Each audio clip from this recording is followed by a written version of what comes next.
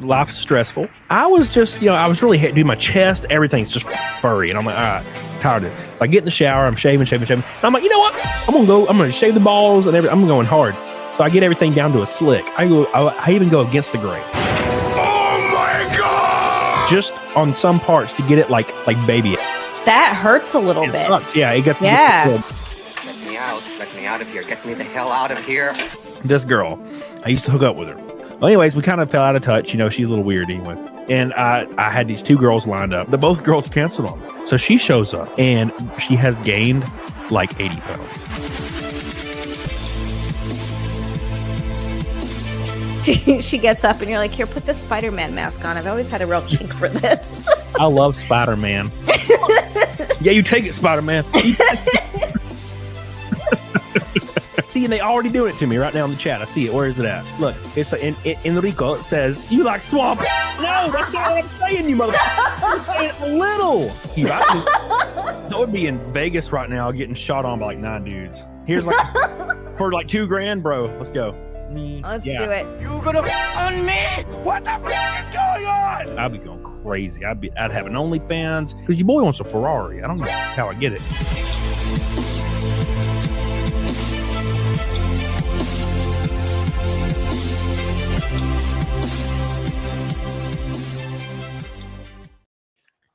What a great Saturday to be alive with all your friends on social media. And those friends include Zia. Look how beautiful she is. And Alex Stein. Look how beautiful he is. Oh, my gosh. What a great time we're going to have tonight. We're going to talk about all the spicy stuff. It's going to be a lot of fun. So I hope you guys are excited. And I hope you guys are ready for the 8th episode. I've been trying to get Alex forever. And by forever, I got banned, Alex. I'm sorry that I probably. Cody, what do you mean you try to get me forever? How long? I don't think I just started following you back. I really was just kind of aware to be honest, and no disrespect. No. Okay, so what happened? Is no disrespect, but I didn't know who the fuck you were. I mean, Jesus Christ. I'm kind of. I mean, that's honestly, but I don't think you'd message me. I didn't have a message from you. I don't believe because I just followed you on everything. Yeah, I may have went to message you on my main Twitter. And I have a booking agent Twitter now, and that's not ran by me, I promise. And my old one got banned over a stupid satire joke about a satire article, and I got banned permanently forever for it. Wow. No, but I mean, it's not like I'm too good to do any interviews like that. That's not the case. I do all kinds of sorts of interviews, and you have a huge channel. YouTube's tough, dude. I'm struggling. My YouTube channel is not doing as well as I want it to be doing. Yeah. And YouTube's a finicky biatch. With the algorithm, or really, I think, obviously if you make good stuff, people will watch it, but it's just kind of weird what gets pushed out, what doesn't. It's hard to organically grow, at least compared to how it was in like 2 years ago, 4 years ago, 6 years ago. You'll notice it too. When I first started, man, I was like thinking, because my first video ever was about GameStop. I worked there for 11 years. It was a nightmare, and I just made a video talking about it.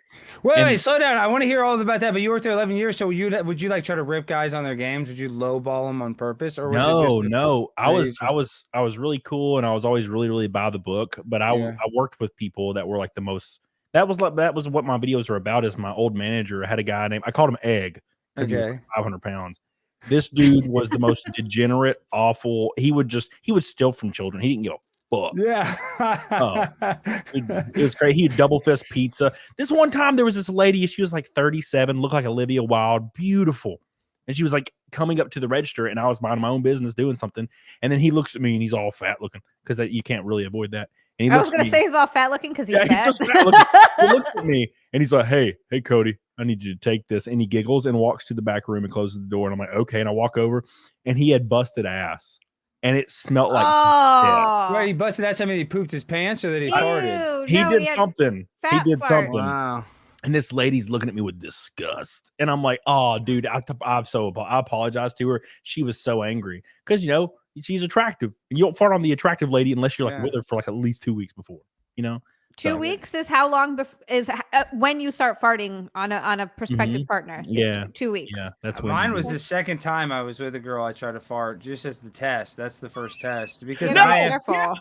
No, I know, and that's playing with fire. But if they can't pass the fart test, because I am gaseous, and I mean, not that it's a deal breaker. I can go to the bathroom and toot, but You know that and you know I'm kind of a double standard. I don't really like the girl to toot. I mean, occasionally. I will never. I've been Yeah. with my husband for 10 years and I still don't fart around him. That's what I'm saying. I mean, in the case of an emergency, I think, you know, on a plane or something weird, you know, there's some weird situations, but yeah, no, but I can rip it. I can play the butt trumpet. That should be allowed. You know? Dude, directly on her.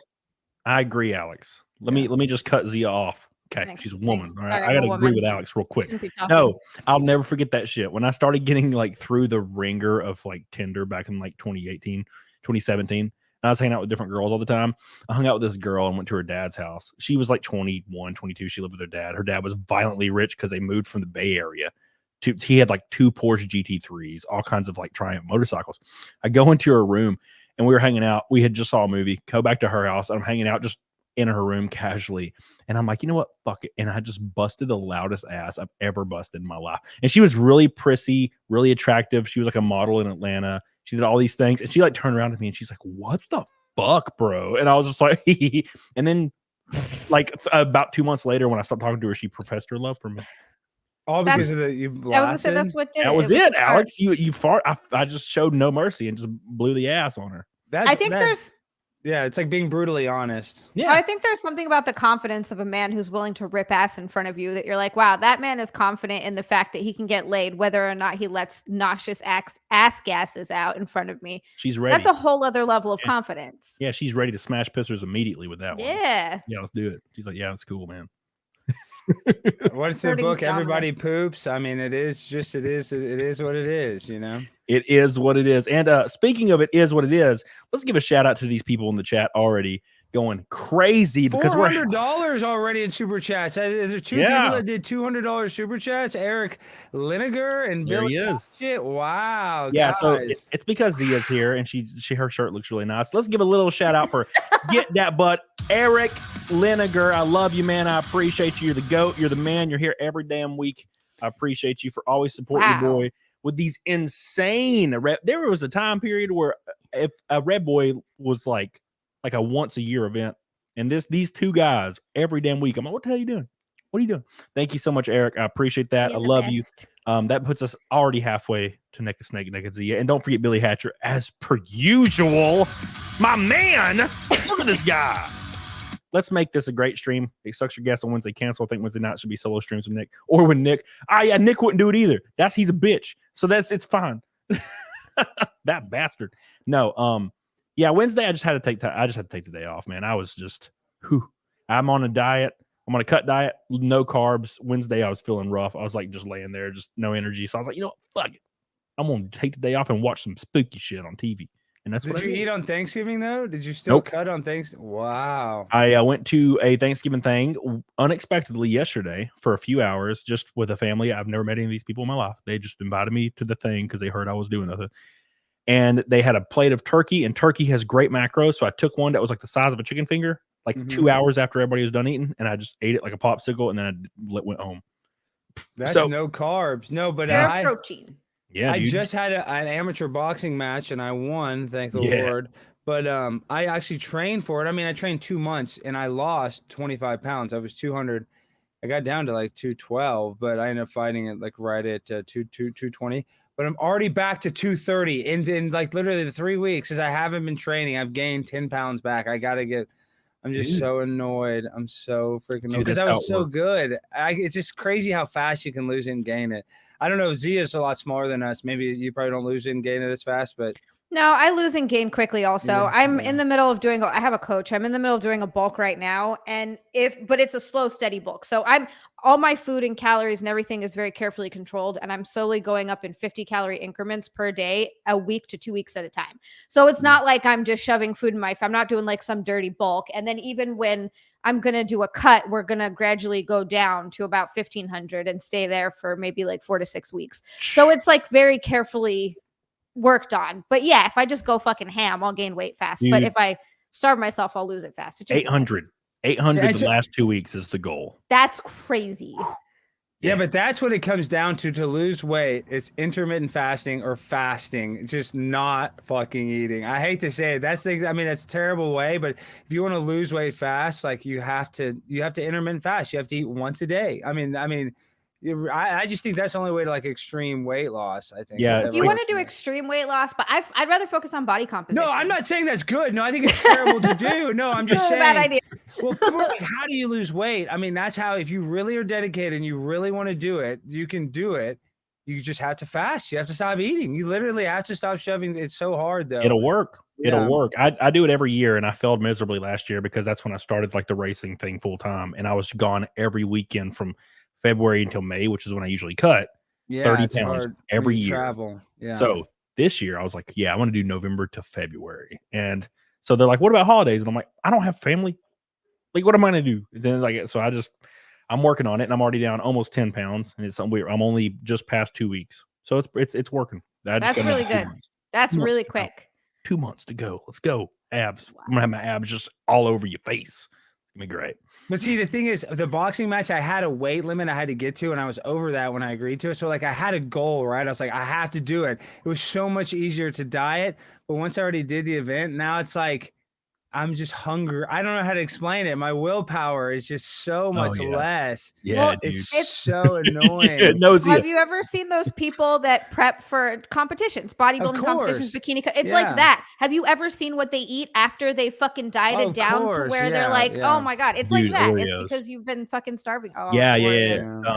The thing is, when I'll cut, and then I get in this weird like habitual thing that I can't get out of for months. Even like when I'm not cutting, I'm still eating chicken and rice because I just have it on hand and I keep making it, but I'll just eat a little bit more. And then by the time August comes around, that's when shit goes off the rails. And I finally like get out of the habit, and I'm eating Chinese food and pizza and shit and drinking whiskey every night. And then I gain 30 pounds in like 2 months. Dude, every time. I eat a lot of pasta and Chinese food. And but I'm a soy boy. I don't eat meat. I'm a vegetarian, but I do eat eggs. I eat like eggs every day.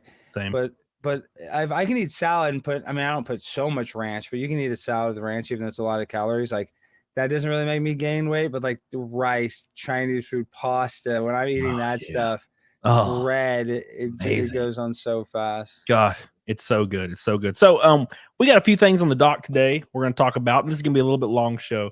Alex will have to dip out at some point, but we're going to talk about this Vice article that came out, and it's resurfaced, but it's a little bit older, but it's still real fun to read because like it's like the weird contradicting statements all in it, and it's really fun. So we'll go through that here a little bit later. Some Reddit posts I want to look at from some women that are trying to entrap men or babysitters or men in their life into certain things, which is the evilest shit ever. So we're going to read those, and we're going to have a good laugh. We're going to have a good laugh. And also we're going to talk about conspiracies. Ooh. Yeah, well, actually, we need to look up the first thing we need to look up. You need to type in Yolanda Holmes.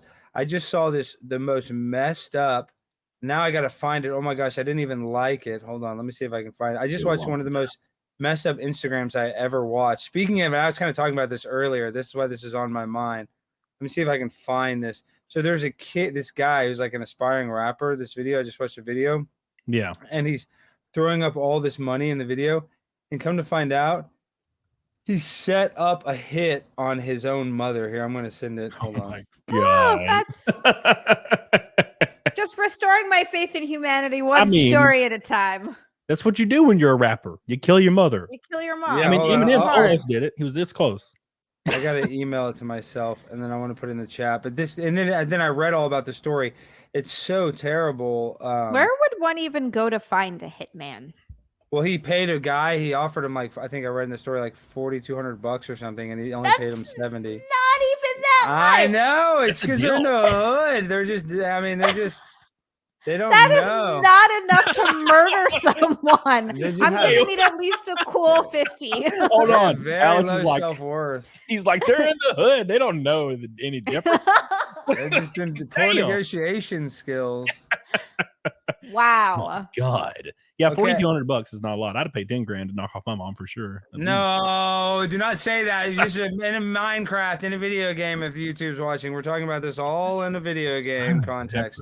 Okay, let's pull this up. Let's pull this up. This is and then you got to pull up an article. I think this is the one where he's throwing all the money. I think I watched a different. My God. Let's see. How do you unmute? For insurance. Oh God, it's loud. It's money. Hold on, let me turn it down a little bit for me. Yeah, man. About to go get this $1,000 out for the fans, man. Really, I'm gonna take out 20,000, man. Just to show people, you feel me? I'm on a whole different level with this, man. I take this serious, man. So you can't put me in the same category as the others. I mean, he does take it seriously. I almost can't understand what he's saying, and it makes me angry. He's not even that young, I don't think. Look, so the video I watched, I'm like, what? And so you just see this guy doing all this. And this is in like 2012. This is over 10 years ago. So they had to go buy the camera. Man,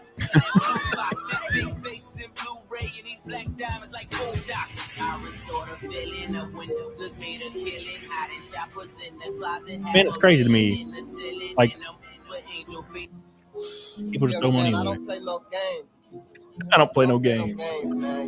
So he goes and buys a camera, and then that's his mom. And then I just read the whole article that he hired a guy here. Google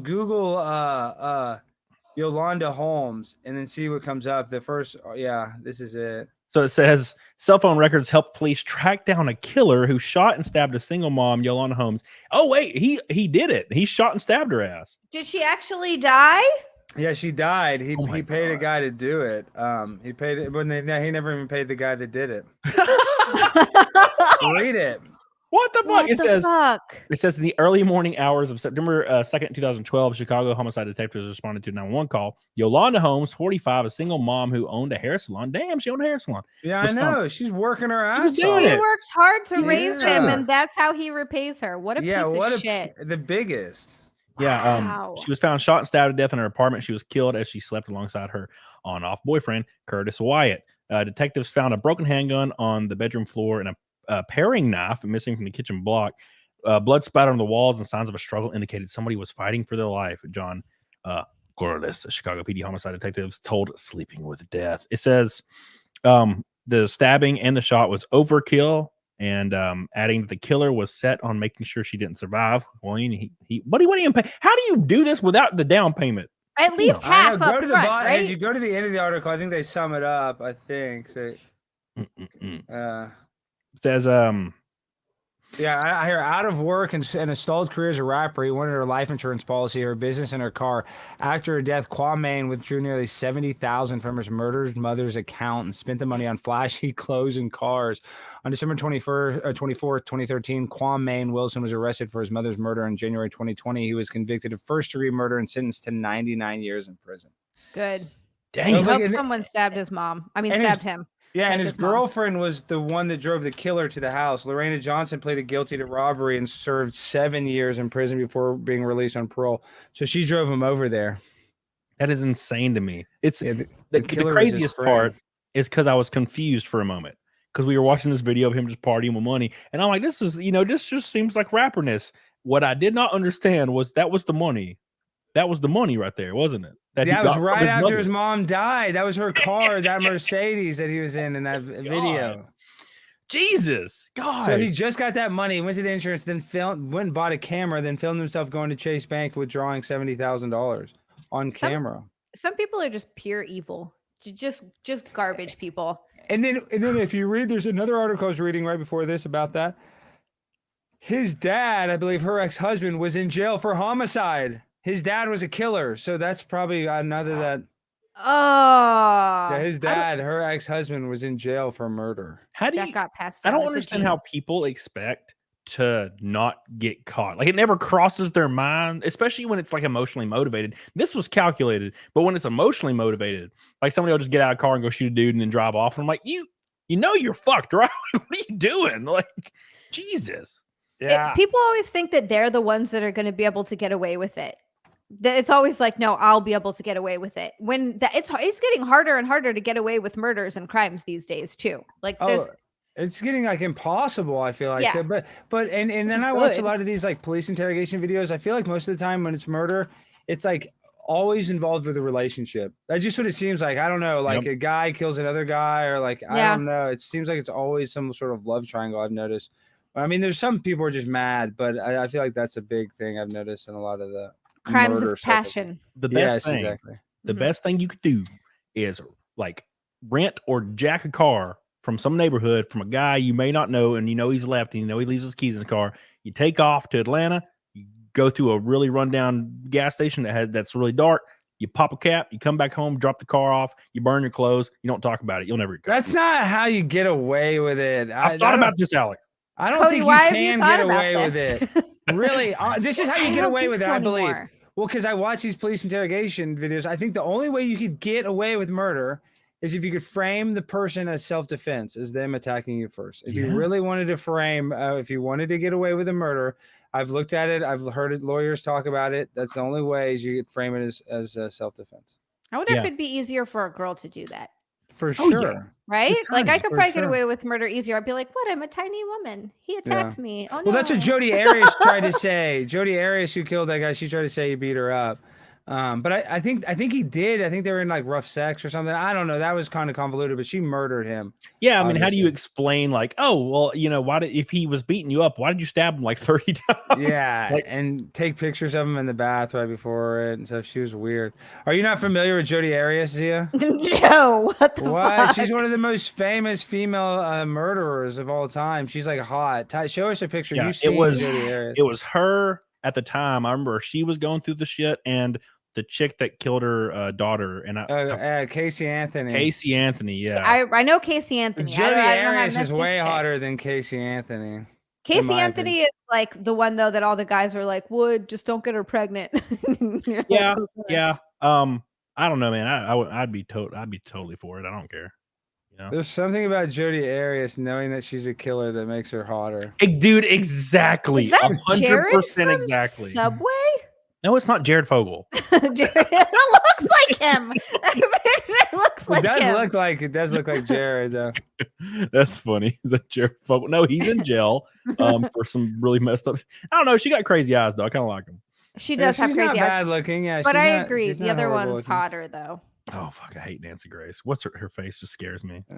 She looks like she's getting ready to eat. She's just always so mad. I can't believe Casey Anthony was able to kill her baby and get away with it.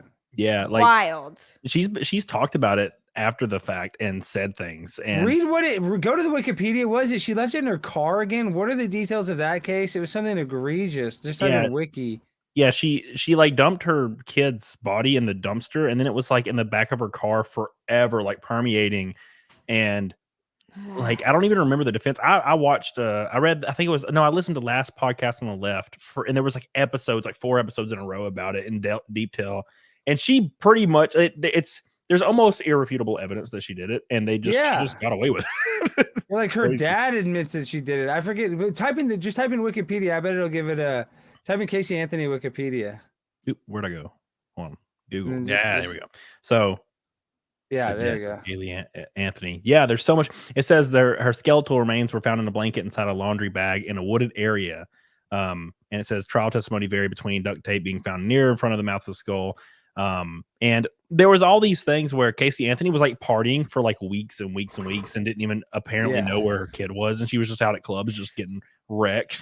Like, it's the craziest shit. She has to be a sociopath, right? Like there's no way you can't do that unless you just don't feel. Yeah, and she's pretty hot in 2008, bro. I'm gonna be honest. Yeah, she looks good. Okay, but I wonder what her I still don't understand what her defense was. I don't even remember now. It says the defense began closing arguments. They were claiming that some random like Hispanic like babysitter had her for months or something. I can't remember now. It's been so long. So confused. It says closing arguments said blah, blah, blah. They could not address the abuse claims given the lack of evidence presented at the trial, emphasized the circumstantial nature of the prosecution's case, saying the state's allegations were based on fantasy searches, fantasy forensics, phantom stickers, phantom stains, or no real hard evidence.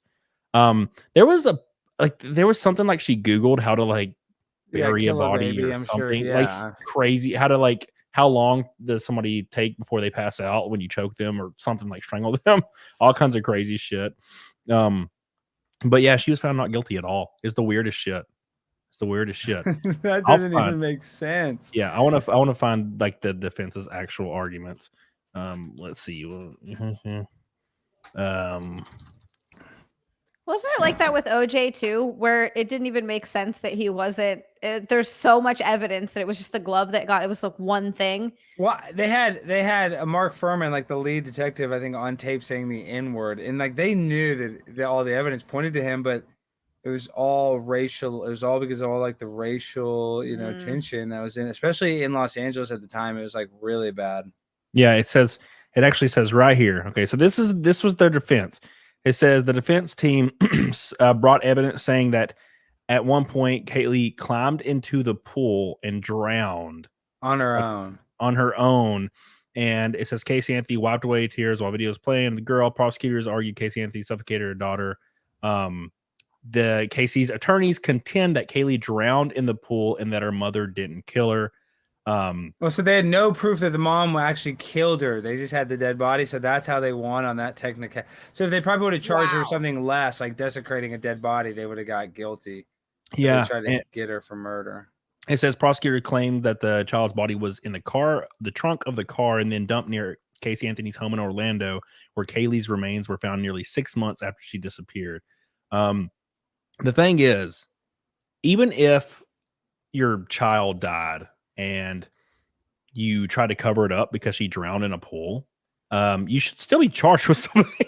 I know, of course. Yeah, I don't know why they wouldn't have charged her with they have all kinds of crimes like that, like desecration of a body. If somebody helps you, you kill somebody, you get somebody to help you, that's what they go to jail for. I just yeah, I know, that's crazy. I can't even fathom. Look, I'm in my mid 30s, and sometimes children, if I'm around children at some kind of event, they're kind of annoying. But there's nothing that makes me more weirdly angry to imagine that somebody would just choke the life out of a kid that can't do shit.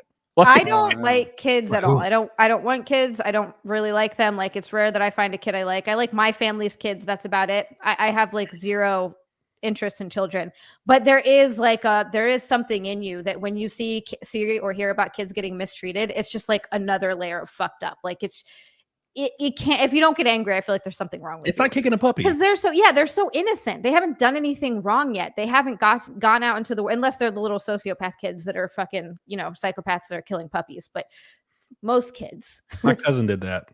He was a psycho. Yeah, the kids are pure. That's why it's it's fucked up. Yeah. That's the whole thing about the children being prescribed hormones and stuff. I'm it blows me away. Well, we talk about how that's bad, but then I was prescribed Ritalin. All these kids are prescribed SSRIs. Yep. And all kinds of psychoactive drugs that literally Prozac.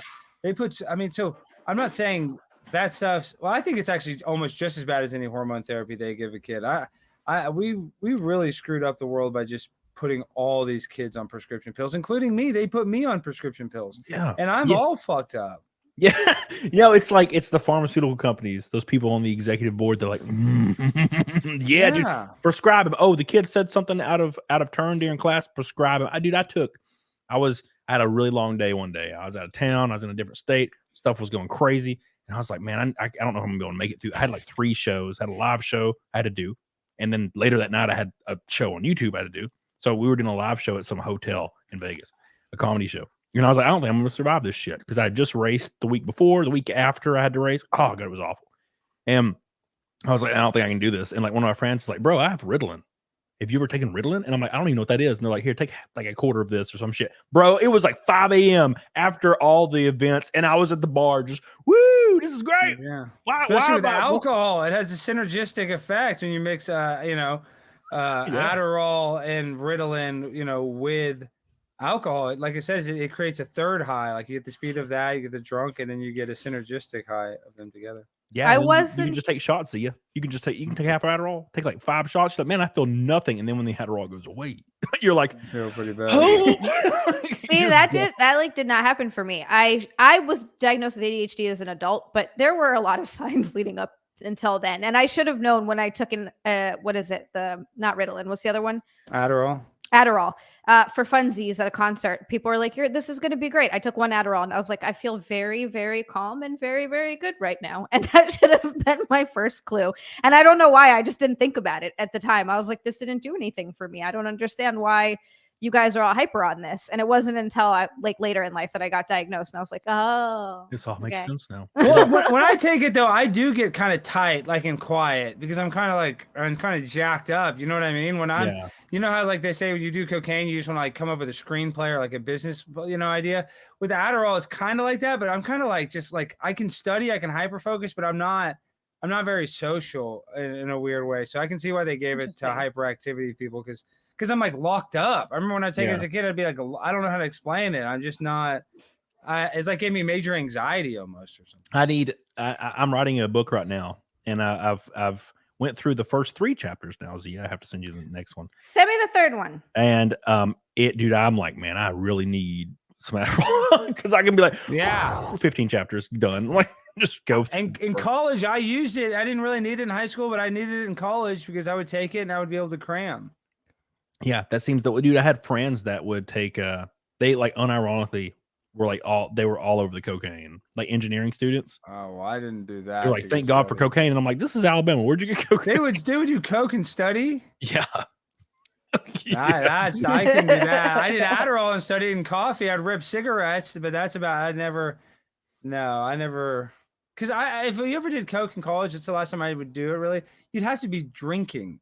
Sober cocaine is like. Yeah, that's like creepy. You feel like a fucking piece of shit. I've never done it sober either, but it's I feel like I went to a drug house once because this is what I went to Australia with the guy that I was with at the time, and they went. I've done ecstasy like a handful of times. I didn't do a lot of drugs. I experimented a little bit. I'm not a huge fan of them, but I did ecstasy a handful of times, and like 3 or 4 of those times was when I was in Australia, and they went to go get it from this house, and I remember walking in. And it was just the creepiest experience. It just gave me this fucking heebie-jeebies. You walk in and there was no furniture. There was like a mattress on the floor and a TV and one guy just sitting staring at the TV while another person slept on the corner in the floor. And like another guy was sitting there tweaking. And I was just like, I need to get the fuck out of here. And they were ecstasy dealers, yeah? They were ecstasy dealers, yeah. And who knows what else. I'm sure other stuff too. But it like made me feel so icky. I was like, I need to get the fuck out of here. Ain't no skank. That just reminds me of Breaking Bad when he's like, ain't no skank. You go into that house, ain't no skank. Just push the ATM on him. Yes, it felt like that. It was so gross. Yeah. I didn't I've never dealt with that other than Martin Luther King Avenue. Like, I was 16 years old and I was in my Jeep Grand Cherokee Laredo that I was real proud of at the time. I was really nice, probably clean, like you probably kept it in good shape and you're driving around. Yeah. It was the 1994 Jeep Grand Cherokee Laredo that I bought with my money for working at Piggly Wiggly. And that's not a joke, it's real life. And my friend was like, I want to buy weed. And I'm like, I don't even know what that is. And he's like, well, we got to go to Martin Luther King Avenue or whatever. Oh, and I'm like, I don't know where that is, but it's like deep in Gadsden where I grew up. We go down there and it is the most scariest experience I've ever had. It was like 1 a.m. We're driving, it's pitch black, and there was just people lining the roads, like just sitting on the side of the road. And he's like, in line to get weed.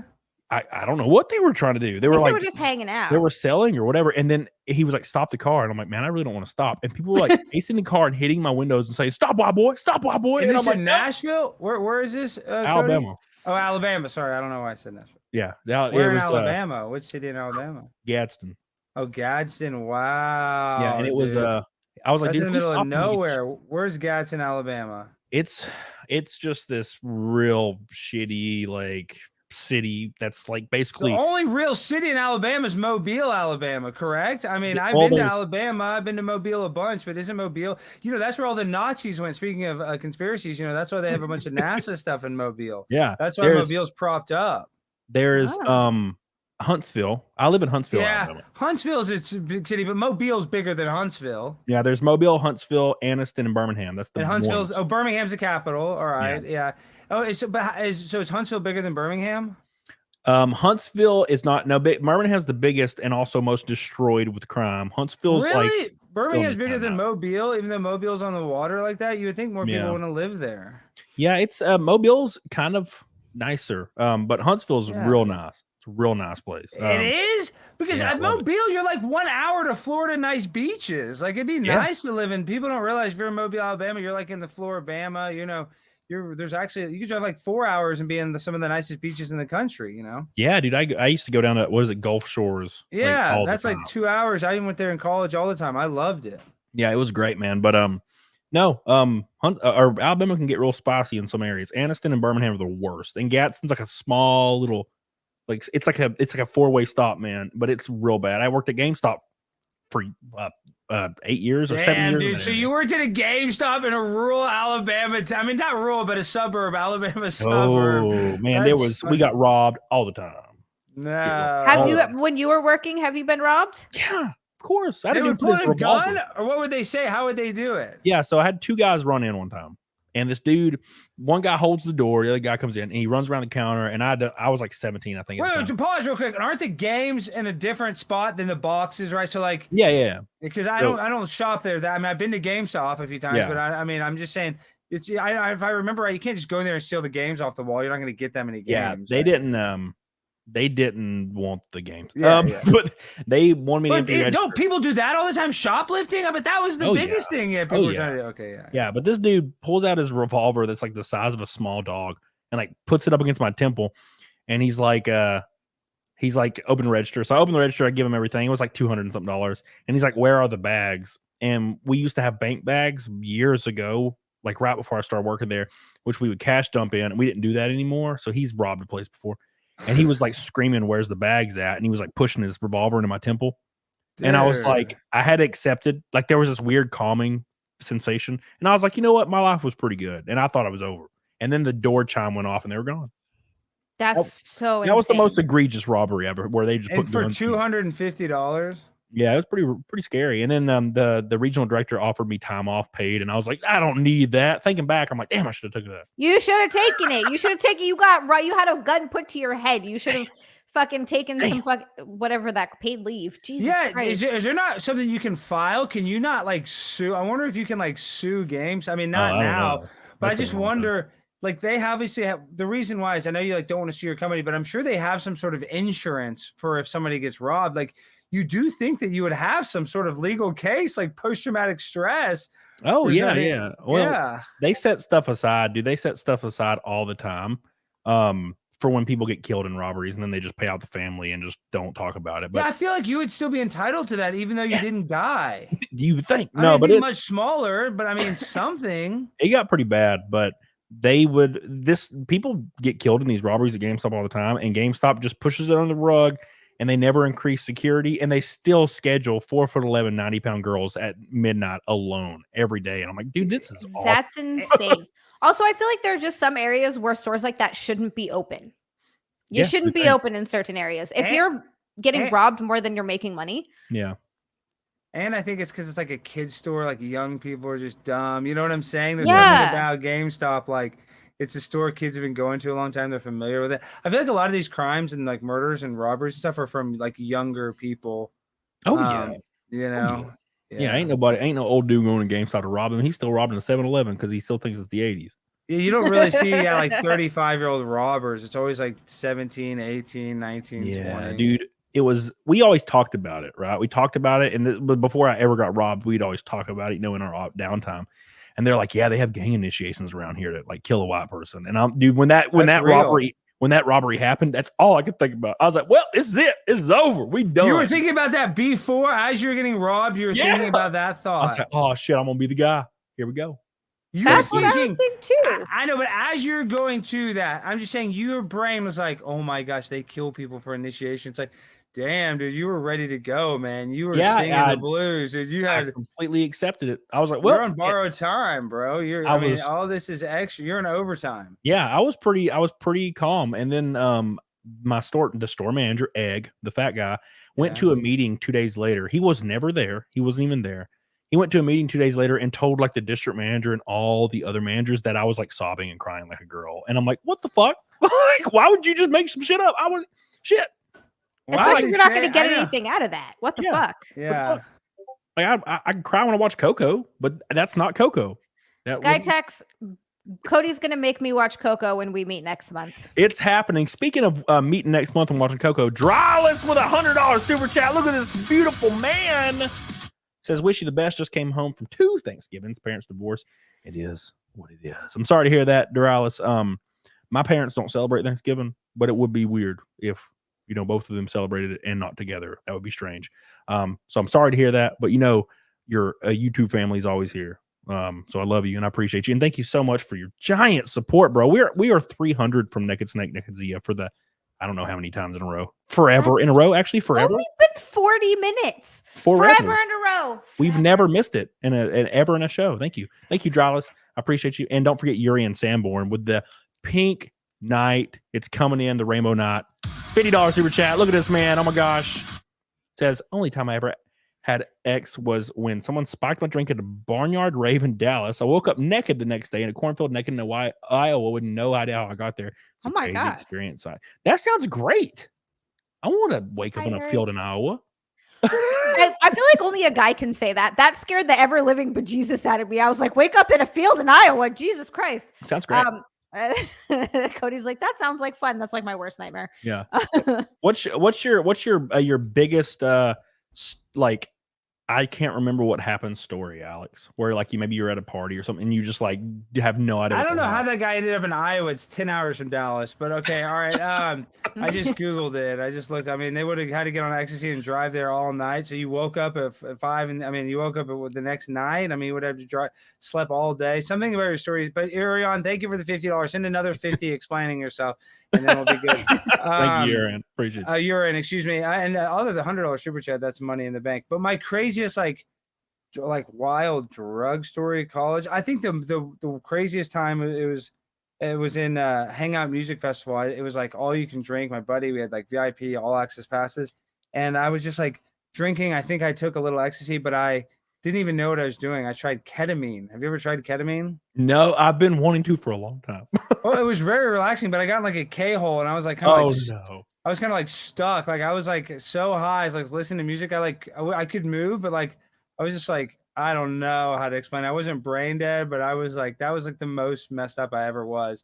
That where I was like, whoa, my buddy had to like shake me out of it. I don't know how to explain. It's not like a seizure. It's just like for like a minute, I was just like stoned, like literally stoned.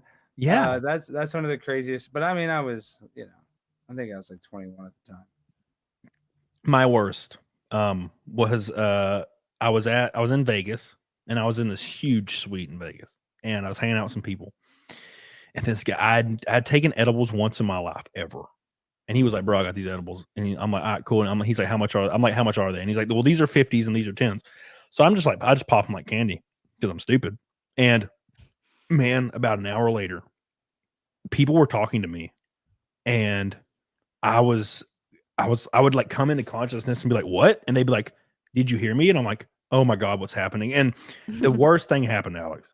The girl in front of me was like, kind of like confiding in me and having an emotional moment with me because she's a big fan of my channel. We talked for years and she's first time she meeting me. You got this blitz with like fans, supporters. So that's it was really this girl. Yeah. And she was like really it was like right when I started YouTube, man. And I had just blown up like, and I was in Vegas, right?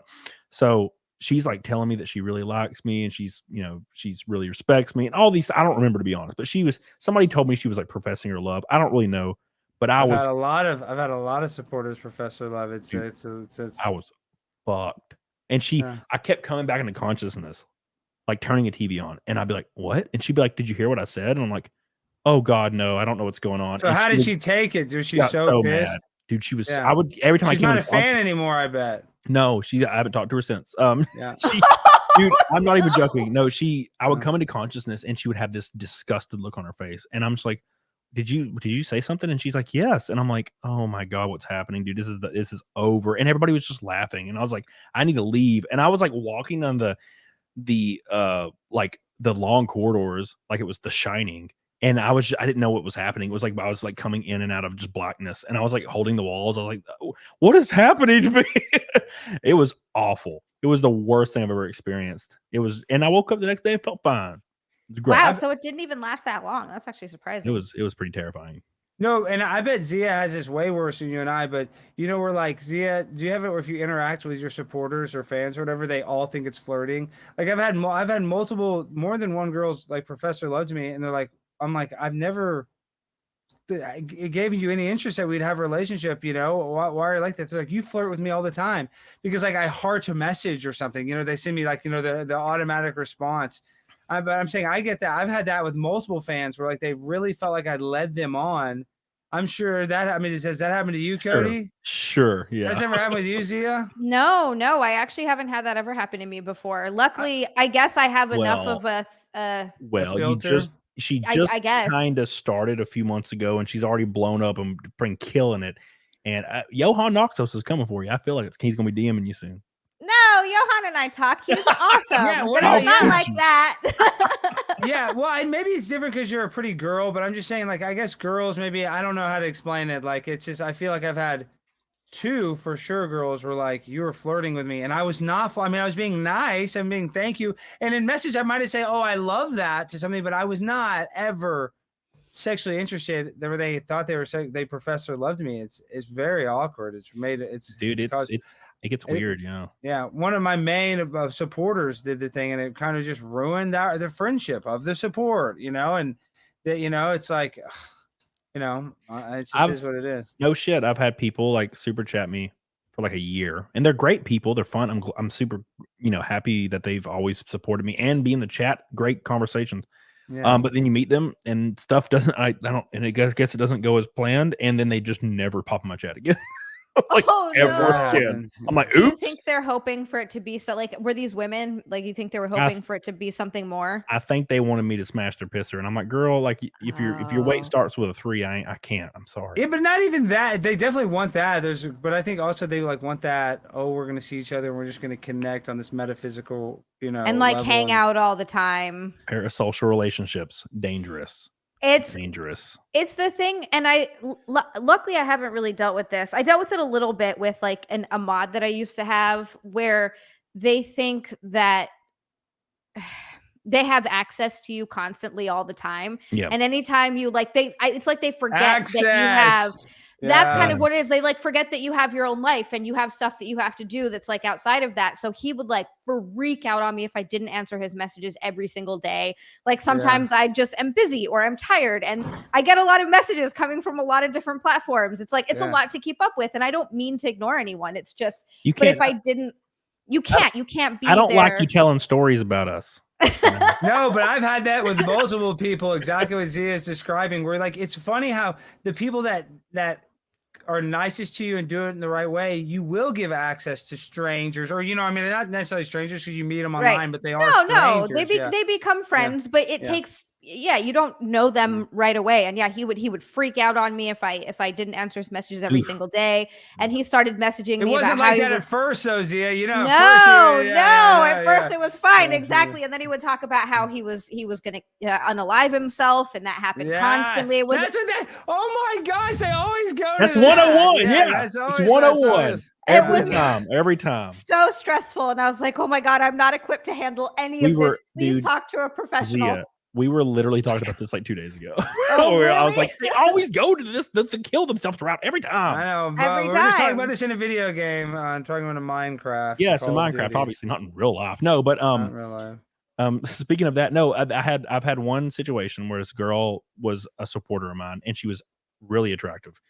And I was in some city, I don't remember. It might have been Vegas. I can't remember. And she cornered me and was like, trying, and I was like, no. And she got real upset and was like just breaking down. And I'm like, she's like, why are you not interested in me? And I was like, power dynamics. But you're smart. I've seen too many. Look, I don't care. I'll smash a pisser, but I've seen too many people like, oh, so-and-so smashed my pisser, and we're both over the age of 18 and it's legal, but I hate him because he led me on with his power. And I'm like, bitch, I'm just a dumb YouTuber. I ain't have power, but I ain't falling for that shit. No, you're smart though. That happens a lot. No, I'm the opposite. You have to use the power that you have as a dumb YouTuber. You know what I mean? I'm just saying. I mean, yes. Have you heard of me, ma'am? Well, let me tell you who I am. Dude, it doesn't take that much clout to be cool on the internet. It really doesn't. No, everybody thinks it takes. And really, and when I started out, when I was smaller, I've gotten bigger. I got a lot less hate when I was smaller, and I had even some of the fans were even more loyal then. Like as soon as I started blowing up, some of my most loyal fans kind of fell off a little bit because they don't like somebody that everybody knows, but somebody wants to like somebody that's more niche, right? Like I don't know how to explain it. Not everyone wants to like the biggest YouTuber or whatever. So I don't know, it's when it's not close knit anymore. They like that close. Yeah, that's what I'm saying. The close knit, they love that they can be, Yeah, and the bigger I got, I guess the less access people had to me, and I noticed that pissed people off. So. I read a message recently, so I went back through my old DMs. I was clearing everything out. This was about 2 weeks ago, and I saw like a messages about a conversation about me and how people were talking about me because a year and a half ago I streamed video games. I haven't done that in a year. I started this show and that was it. And they were talking about how I've changed and I went just straight for the money, and I'm not even who I used to be, because only 80 people watched back then, and now we get 700, 800, 1,000, yeah, 2,000. Of course you're a shill. Of course. So yeah, I had to say that. Yeah. Yeah, and I'm like, bro, these people could DM me right now, and I would respond. I don't care, but they don't come to me. They're just like, oh, he's a bitch, and I'm like, bro, you could just literally. I don't give a fuck. I still talk to. There's people in my chat right now that were there probably watching my Elder Scrolls Oblivion stream when I was 28. And they're still here, and we talk, and they talk to me in real life and shit. Yeah, and we're almost at 800. We'll probably break 1,000. That's really good. If you can break 1,000 on a Saturday night, and we're live on Rumble too, so we're over 1,000. But still, people are gonna hate it. They're gonna hate that even though you have 1,000 live, they miss it when you had 200 live. It's so weird. I noticed that too. Yeah, that's like a big difference. The 200 to 500 to 1,000. It's weird. It is kind of weird. Yeah, I'm still amazed that anybody watches. Urian says to I guess clarify, says Alex Stein, I still don't know how I got there. Was at the rave with a friend, and he told me I disappeared after heading to the bathroom. Last thing I remember. I told you he was full of it. I knew it. Liar. Sanborn. Damn you. I was so excited to try the X. Now you done another $50 super chat lie. Do two truths and a lie, and I'll pick. Thank you, Urian. I appreciate you. Oh my god, that was like my first collab was Two Truths and a Lie with like a porn star on like her channel like years ago. What do you remember? What your 2 truths and a lie were? I was really drunk, and I was like, "I'm blonde, I'm white, and I've been to the moon." And she's like, "You fucking suck at this, bro."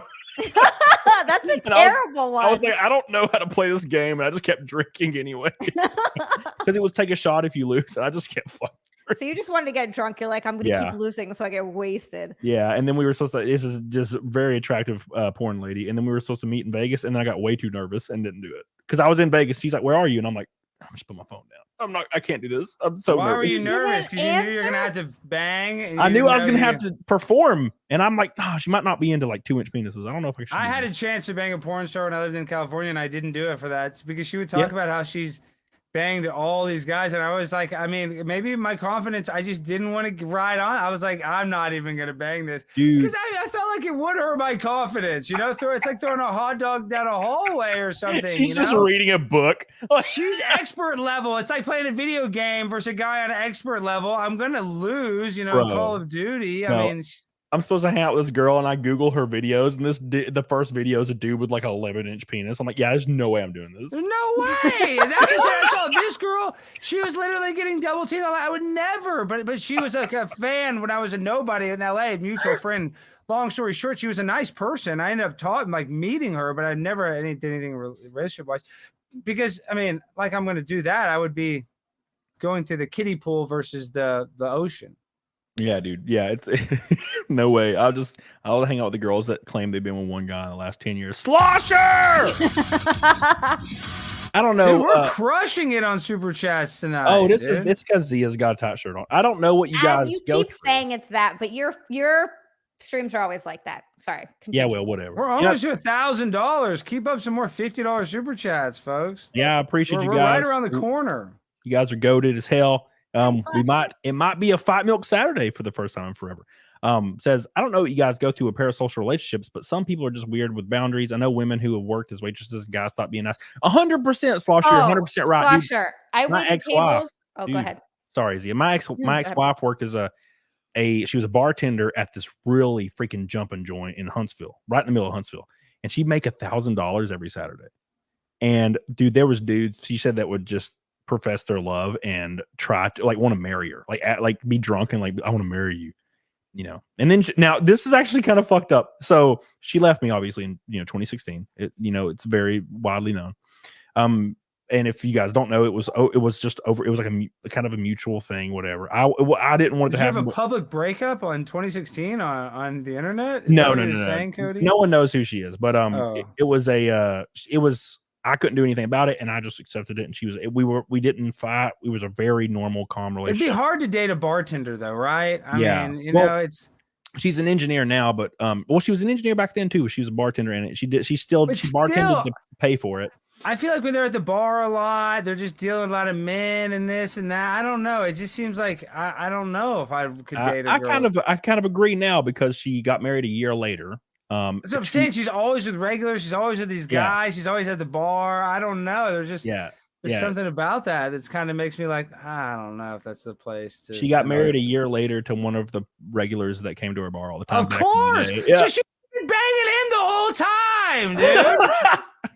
It was crazy. No, I know that sounds terrible, but I'm just saying, like, what the hell? Of course, that guy's probably rich or something. You know, I don't know. I'm not saying you're broke, but like, she's just talking to the guy. There's always probably, if you can just be an alcoholic at a bar all the time, you're probably either rich or like basically homeless. You're either one of the two. You're either one of the two. Pull up in your supercar. That's how you know. Thank you so much. Johan says, "Excuse you, sir. Zia's a married woman, and I'm a man of principle. Also, I'm John Merrick.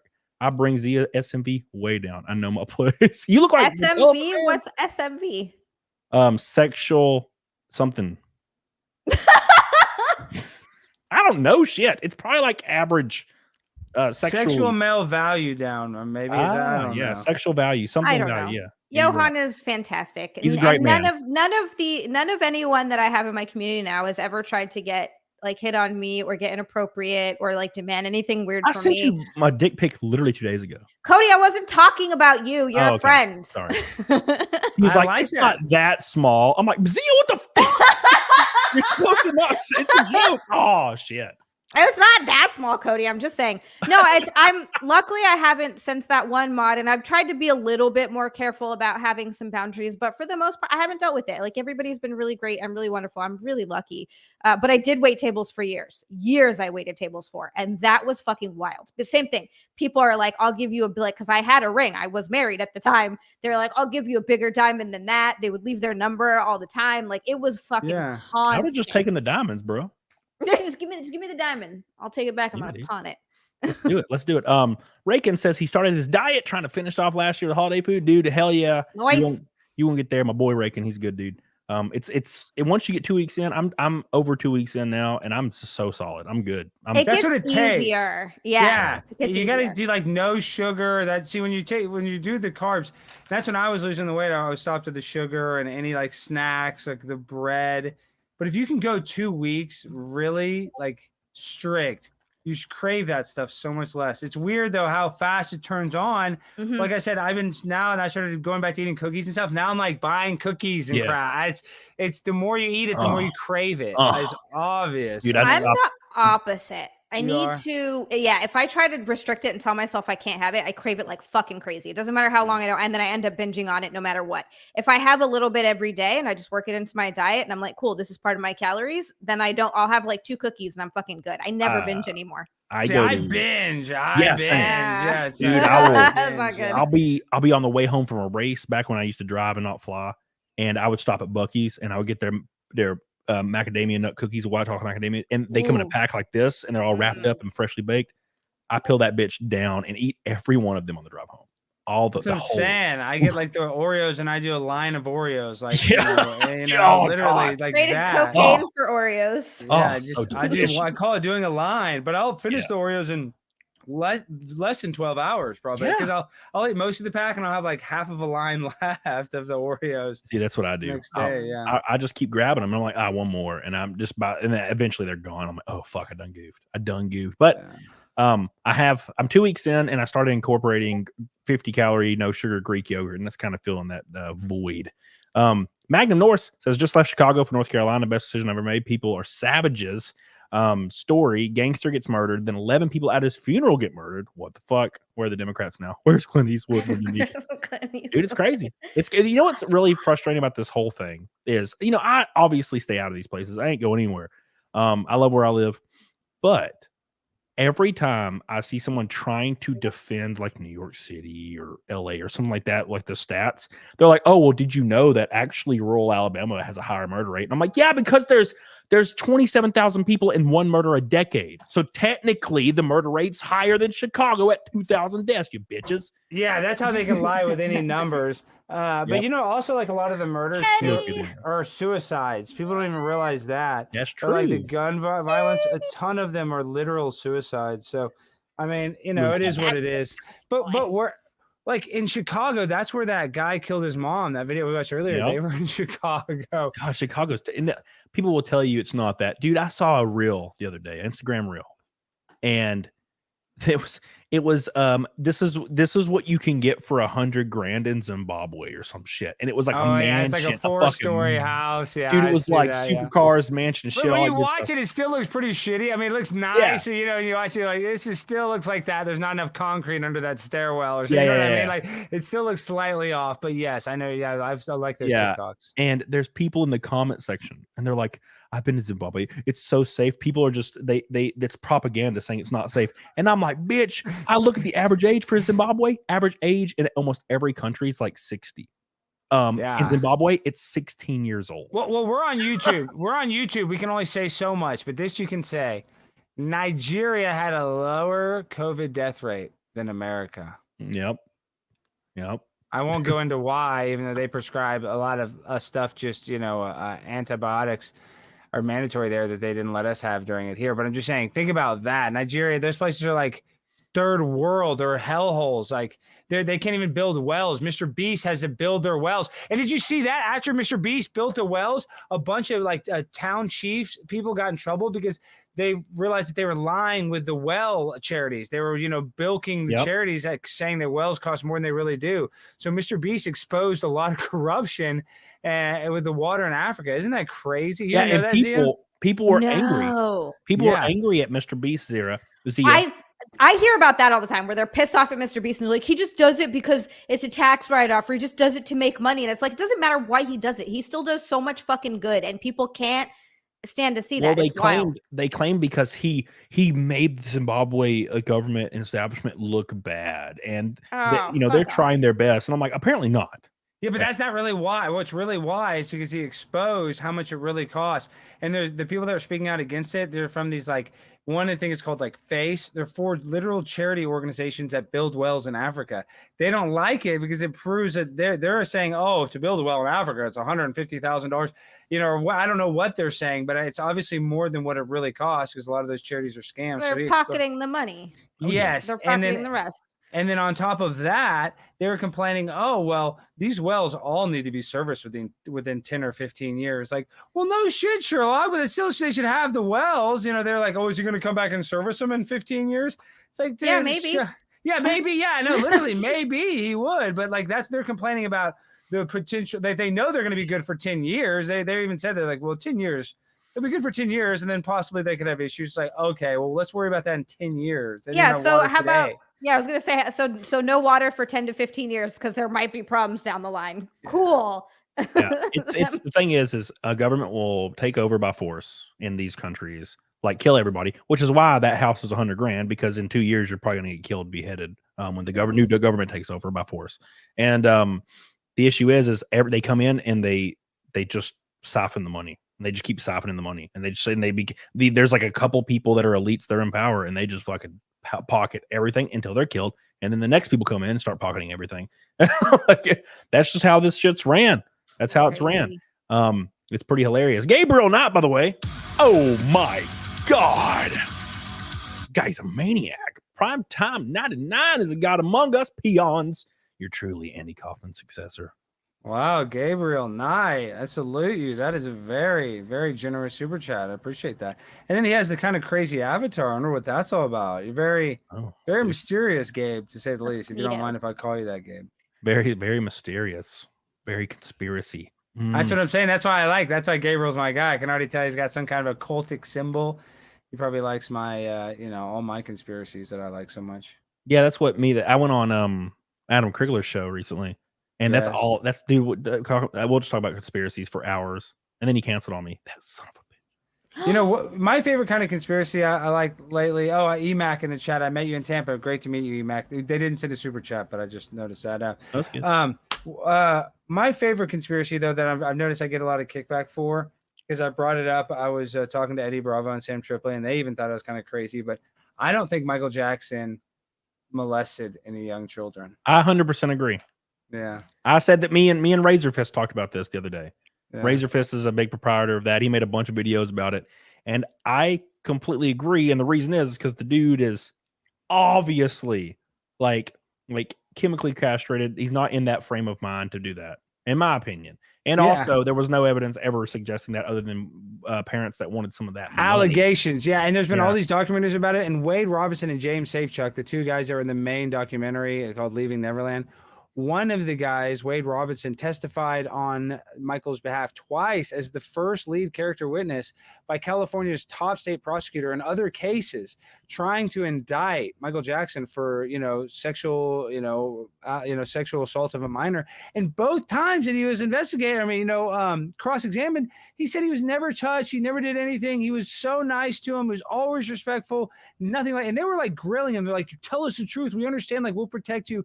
And this is on the stand. This is how much, Michael, I guess, trusted this guy. And then shortly thereafter, when he dies, literally they have the Cirque du Soleil show of the Michael Jackson Experience, and the estate never really liked Wade because Wade Robinson also dated Michael Jackson's cousin. His niece.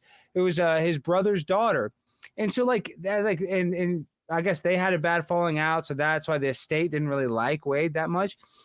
But after he doesn't get that role, that's when he says that he got molested and anally raped. And then on top of that, like some of his timeline's messed up. The other guy, James Safechuck, he said that he was molested in the train house the year that he said it happened. And Michael Jackson bought this kid's family a house because they were going through some sort of trouble. I forget what it was, and paid off the rest of their mortgage. Said that he was molested in the train house, and the architect hadn't even built the plans for the train house to be built when he says that it happened. So he doesn't even remember where he got anally raped. Yeah. Something about their story. And he was investigated by the FBI for 19 years and they never found anything. And there's all this stuff that he had child porn one time. Literally, when the FBI investigated him, he had like some vintage erotica of like a circus woman or something. Like, it wasn't even, he never had child porn. It was never charged with anything. But like the media just said that all this stuff happened. And I believe the one person, I know this to be true, the one person, Jordan Chandler, the person that he did pay a settlement for, he did, that the Johnny Cochran did not want him to pay. Johnny Cochran wanted to go to court because he thought it was bullshit. But the other attorney was like, let's just pay and, get it out of the way. You won't have to worry about it. It's not a criminal case. It's just a civil case. They'll never talk about it again. We can just move on. And that kid's dad, Jordy Chandler, killed himself like shortly thereafter, like 3 or 4 years after it, because supposedly he felt so much guilt for how his relationship went with his stepson. Yep. It sounds about right. And you bring Macaulay Culkin into it. Macaulay Culkin said that there was never anything. And that's never once. He was an adorable little bastard. He'd have been prime time, bro. And what's his name? Corey Feldman, too, would spend the night. They'd say we'd spend the night. He had a huge room. He'd sleep on the couch. He'd sleep on the bed, like whatever. I mean, and Corey Feldman, it was the one talking about all the pedophilia in Hollywood. So you think that he would have been the one to speak out against it. This isn't something I've ever gone down the rabbit hole with, by the way. I'm just learning now. What?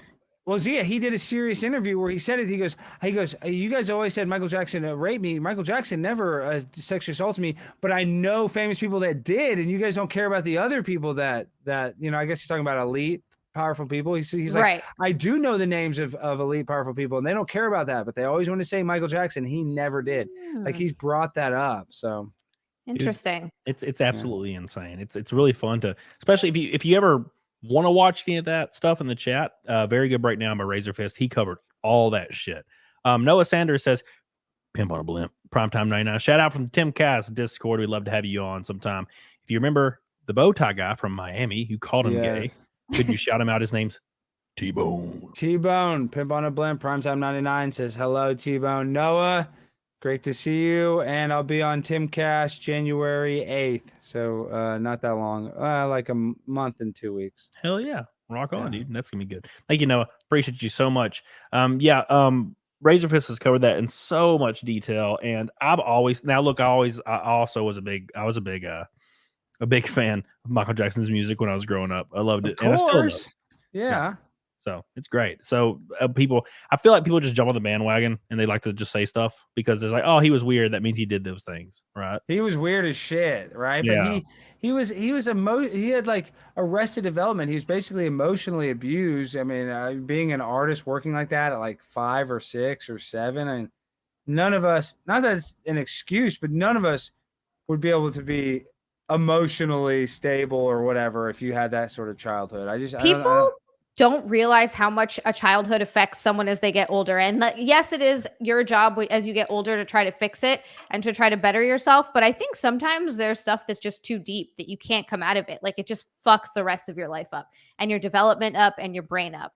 Exactly right. A few moments of your childhood can haunt you for the rest of your life. It's insane how it works like that. But yeah, no, I just think too, especially like I could never imagine being that successful at like 7 or 8 or 9 or 10, like, and then everybody relying on you. That probably so weird for your ego. Like that's probably why I think a lot of the child stars have issues. It's like they get famous and then lose some of the fame. Like Leonardo DiCaprio, it obviously worked for him. He was famous when he was like 16 or 17, from what I remember. And he was able to keep his head on somewhat straight, but he has arrested development a little bit. He doesn't date a girl over 25. That's weird. You would think that he would throw in a 32-year-old, you know what I'm just saying? Just spice things up. Why would he? He's fucking Leonardo DiCaprio. He's it's like Zia. Date whoever he wants. I know he can date whoever he wants, but I'm saying for his own flavor, you'd think he'd want to kind of test, a girl.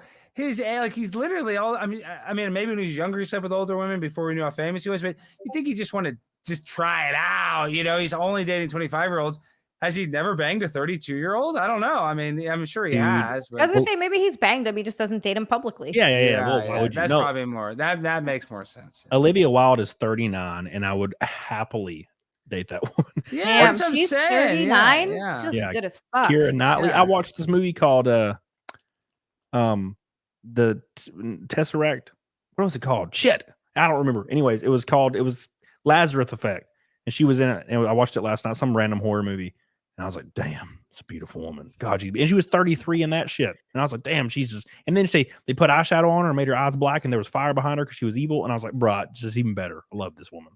God, some people just age really fucking well. Some they just get lucky in they hit the genetics lottery. What a beautiful woman. Like Korean people, African Americans, they'll age so well. I know. Yeah, dude. There's a guy at my gym, Dave. He's like 72 and he's got a shredded 6-pack. He's Kenyan. He's a black dude? Kenyan dude, yeah. And he looks the young, nicest motherfucker in the world. And he's just shredded, great shape, great attitude every day. Every day. He's like, hey, Cody, what's up? And I'm like, hey, man. And he's just like, how you been? And he comes and talks to me about racing and all that because he's known me for 10 years now because I've been going to that gym for 10 years. And the nice dude. And he's just shredded. And he's 72. What the fuck? 72? 72. Oh, my God. He looks like he's 53. What the fuck? Maybe. And he's shredded. That's my goal. I want to be fucking shredded at 75. I'm going to let it go at some point. Like I want to be able to be in great shape where I age well enough that I'm mobile as I'm older. But at some point at like 90 or something, maybe you just give it up and eat all the fucking good shit. I'm having a bowl of steaming 12 gauge before I'm 50. We're done. Before you're 50? And Minecraft. In Minecraft. Now, I've been saying this for years.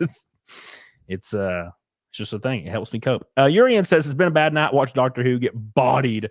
Bro, I don't even want to talk about that shit. Yeah, did you see Doctor Who? What was it? They edited the girl to a trans person. I saw some clips somebody posted on Twitter. They edited an old. They did. I swear. I got to find it. Let me see. They edited Doctor Who, and it went from a guy to a black trans person. Let me find. Yeah, it's they kept they brought back Tennant, which is I love it, David Tennant. He's my favorite doctor, but there's like that big giant thing that looks like a Furby, and he like misgenders it, and the lady gets angry, and he has to ask the Furby what their pronouns are, and I'm like, God, fuck this. See, this is why everybody's like, oh, it's who is it? Russell T Davies is back. It was Russell T Davies and David Tennant. So everybody's like, are you gonna watch it? Are you gonna watch it? And I just fucking knew. I was like, I love David Tennant, but I know what they're gonna do. What kind of bullshit? They're gonna ruin it in some way or another. So no, I'm not watching it because it's gonna make me fucking mad. Is Doctor Who a black dude now? Yeah, he's the new doctor. I don't even know who. But it's been a black guy before, hasn't it? No, this is the first time. Yeah. Look, I don't even care about that as long as he's a great doctor. It's just You know they're gonna half the Of episodes are gonna course. take place in the civil rights movement in America. Because that's what they did. See, I've seen a bunch of Doctor Who episodes, but I've watched it very sparingly. But it was a woman most recently. I remember that. Yes, Jodie Whittaker. That was terrible. And one of the episodes. So I only watched the first season with Jodie Whittaker, and I covered it at AfterBuzz, and I talked about it. And it was after that season that I was like, I'm fucking done. I can't do this anymore. This is fucking terrible. And they actually did have an episode where they go back to where Rosa Parks. It was a Rosa Parks episode. It was one of the worst.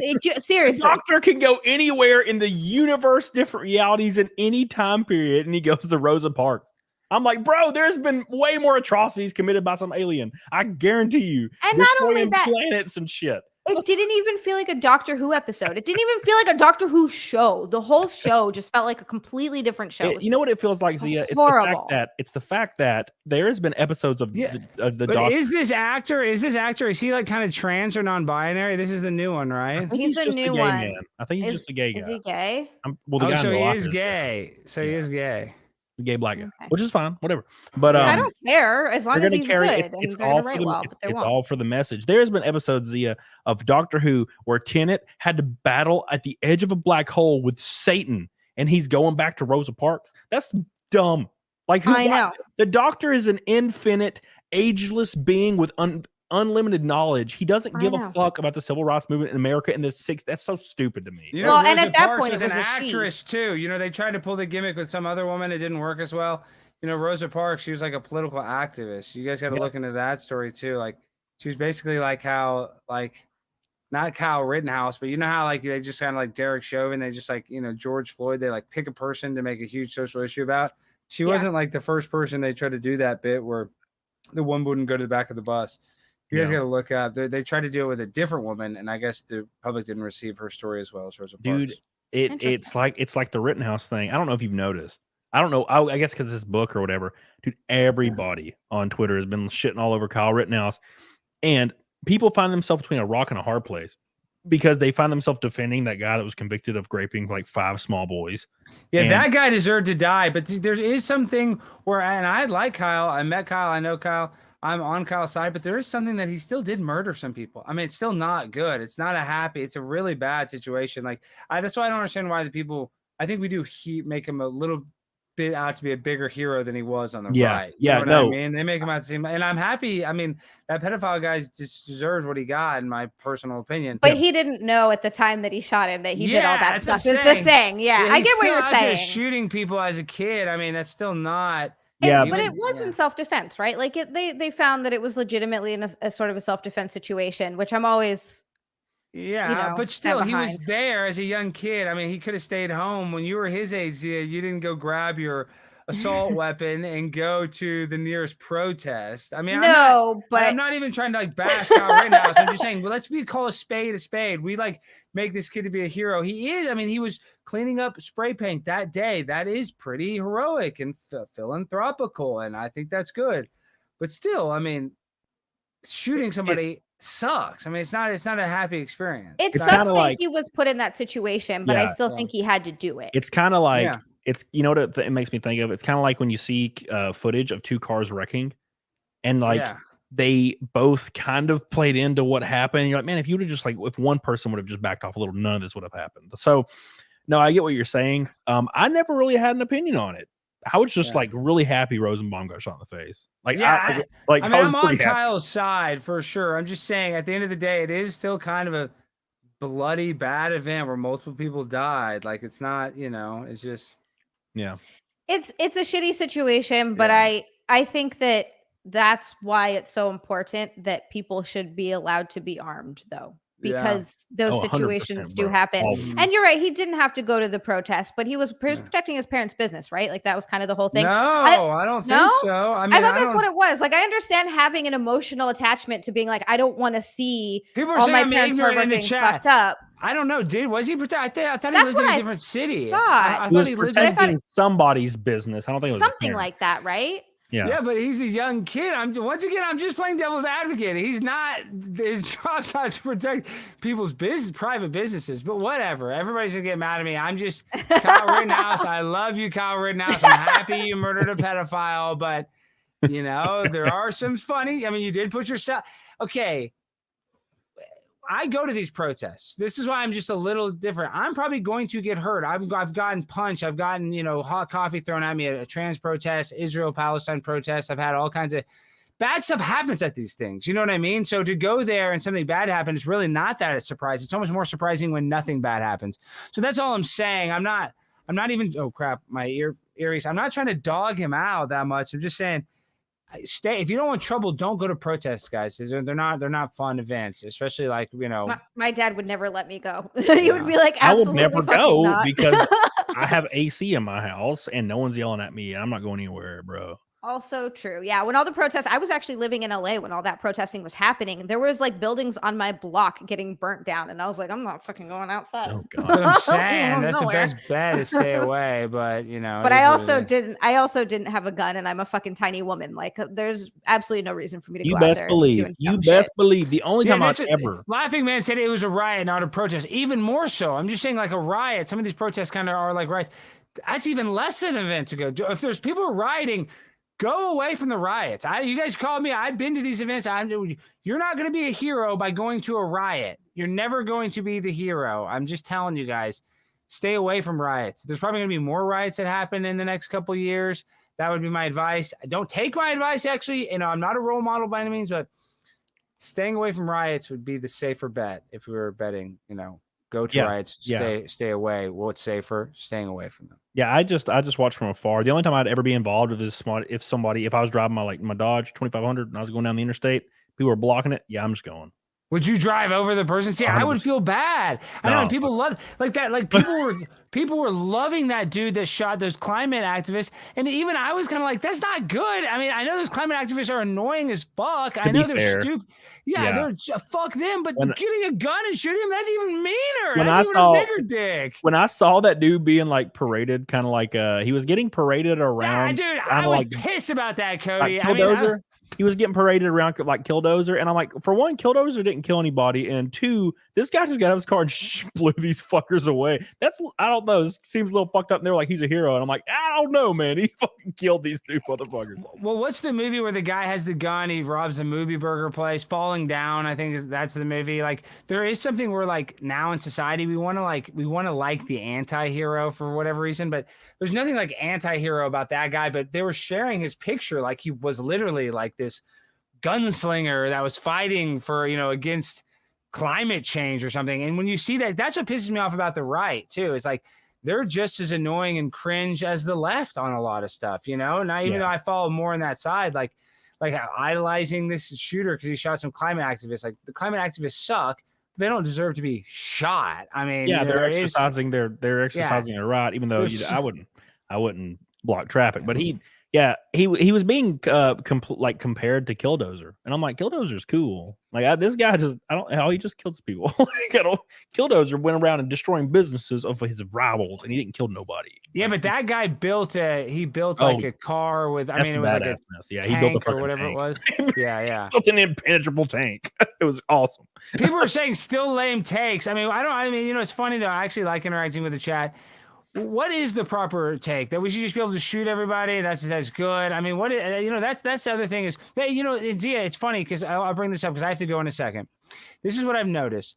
And I think one of the reasons you asked me on the show is right after we had that clip that went kind of viral where I called out Brandy Love or whatever. And I called her, all these people were talking about it.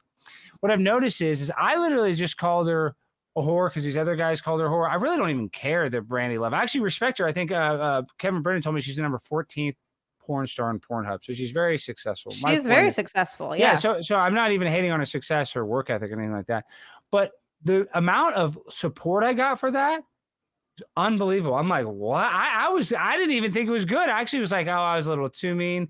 My point is, it's weird how in society guys want to see other people cut people down. Like it's weird. So of course. And like how this take is like, they're going to be mad that I'm not like Kyle Rittenhouse is an American hero and everything he did is the most patriotic thing possible.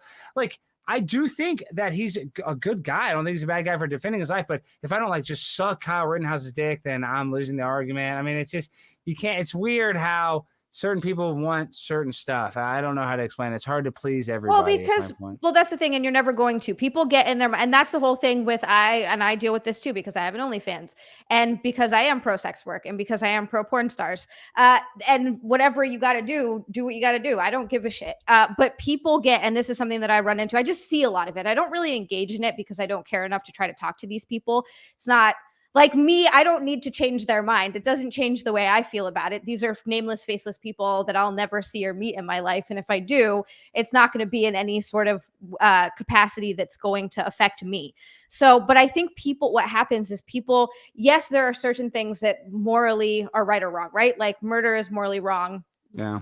Graping is morally wrong. There are certain things, but then people get really stuck in their own specific particular mindsets that the way they view the world and the opinions that they have are inherently correct, and everyone else who doesn't agree with them is wrong.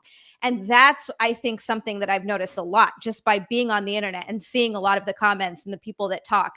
And yeah, that's a big one. Like people get really, really strange about sexuality. And that's something that they're like, well, it's wrong and it's bad and it's immoral. And a lot of it stems, I think, from religion, but not necessarily all of it. A lot of it does from religion, but no. But what's funny is I get in trouble too. Is I've had a lot of OnlyFans women that I interviewed, and I always get mad. People get mad at me for being too nice to them. They call me a simp, and I'm like, well, I grew up listening to Howard Stern, where you would talk to like a sex worker and you'd have fun with them. You would joke with them. You know, you wouldn't be like, well, because they're also human beings, and if you see what they do, if this is my take on it, if you're looking at a girl or a guy and look down on them because they're sex workers or see them as less of a human being, then the problem is you, not them. They're still a person.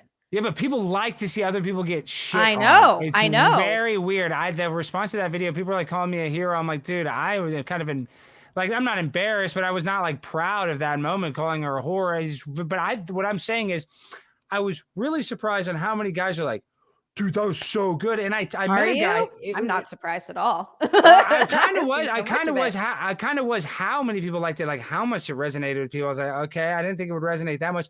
Then a guy came to a comedy show I had. This was last weekend. And he's like, Alex, I got to talk to you about something. He's like, that Brandy Love video was so cool, man. It was so cool. Like, I fucking loved it. He's like, but then you had that other OnlyFans girl, Christy St. Regis, and you were all nice to her.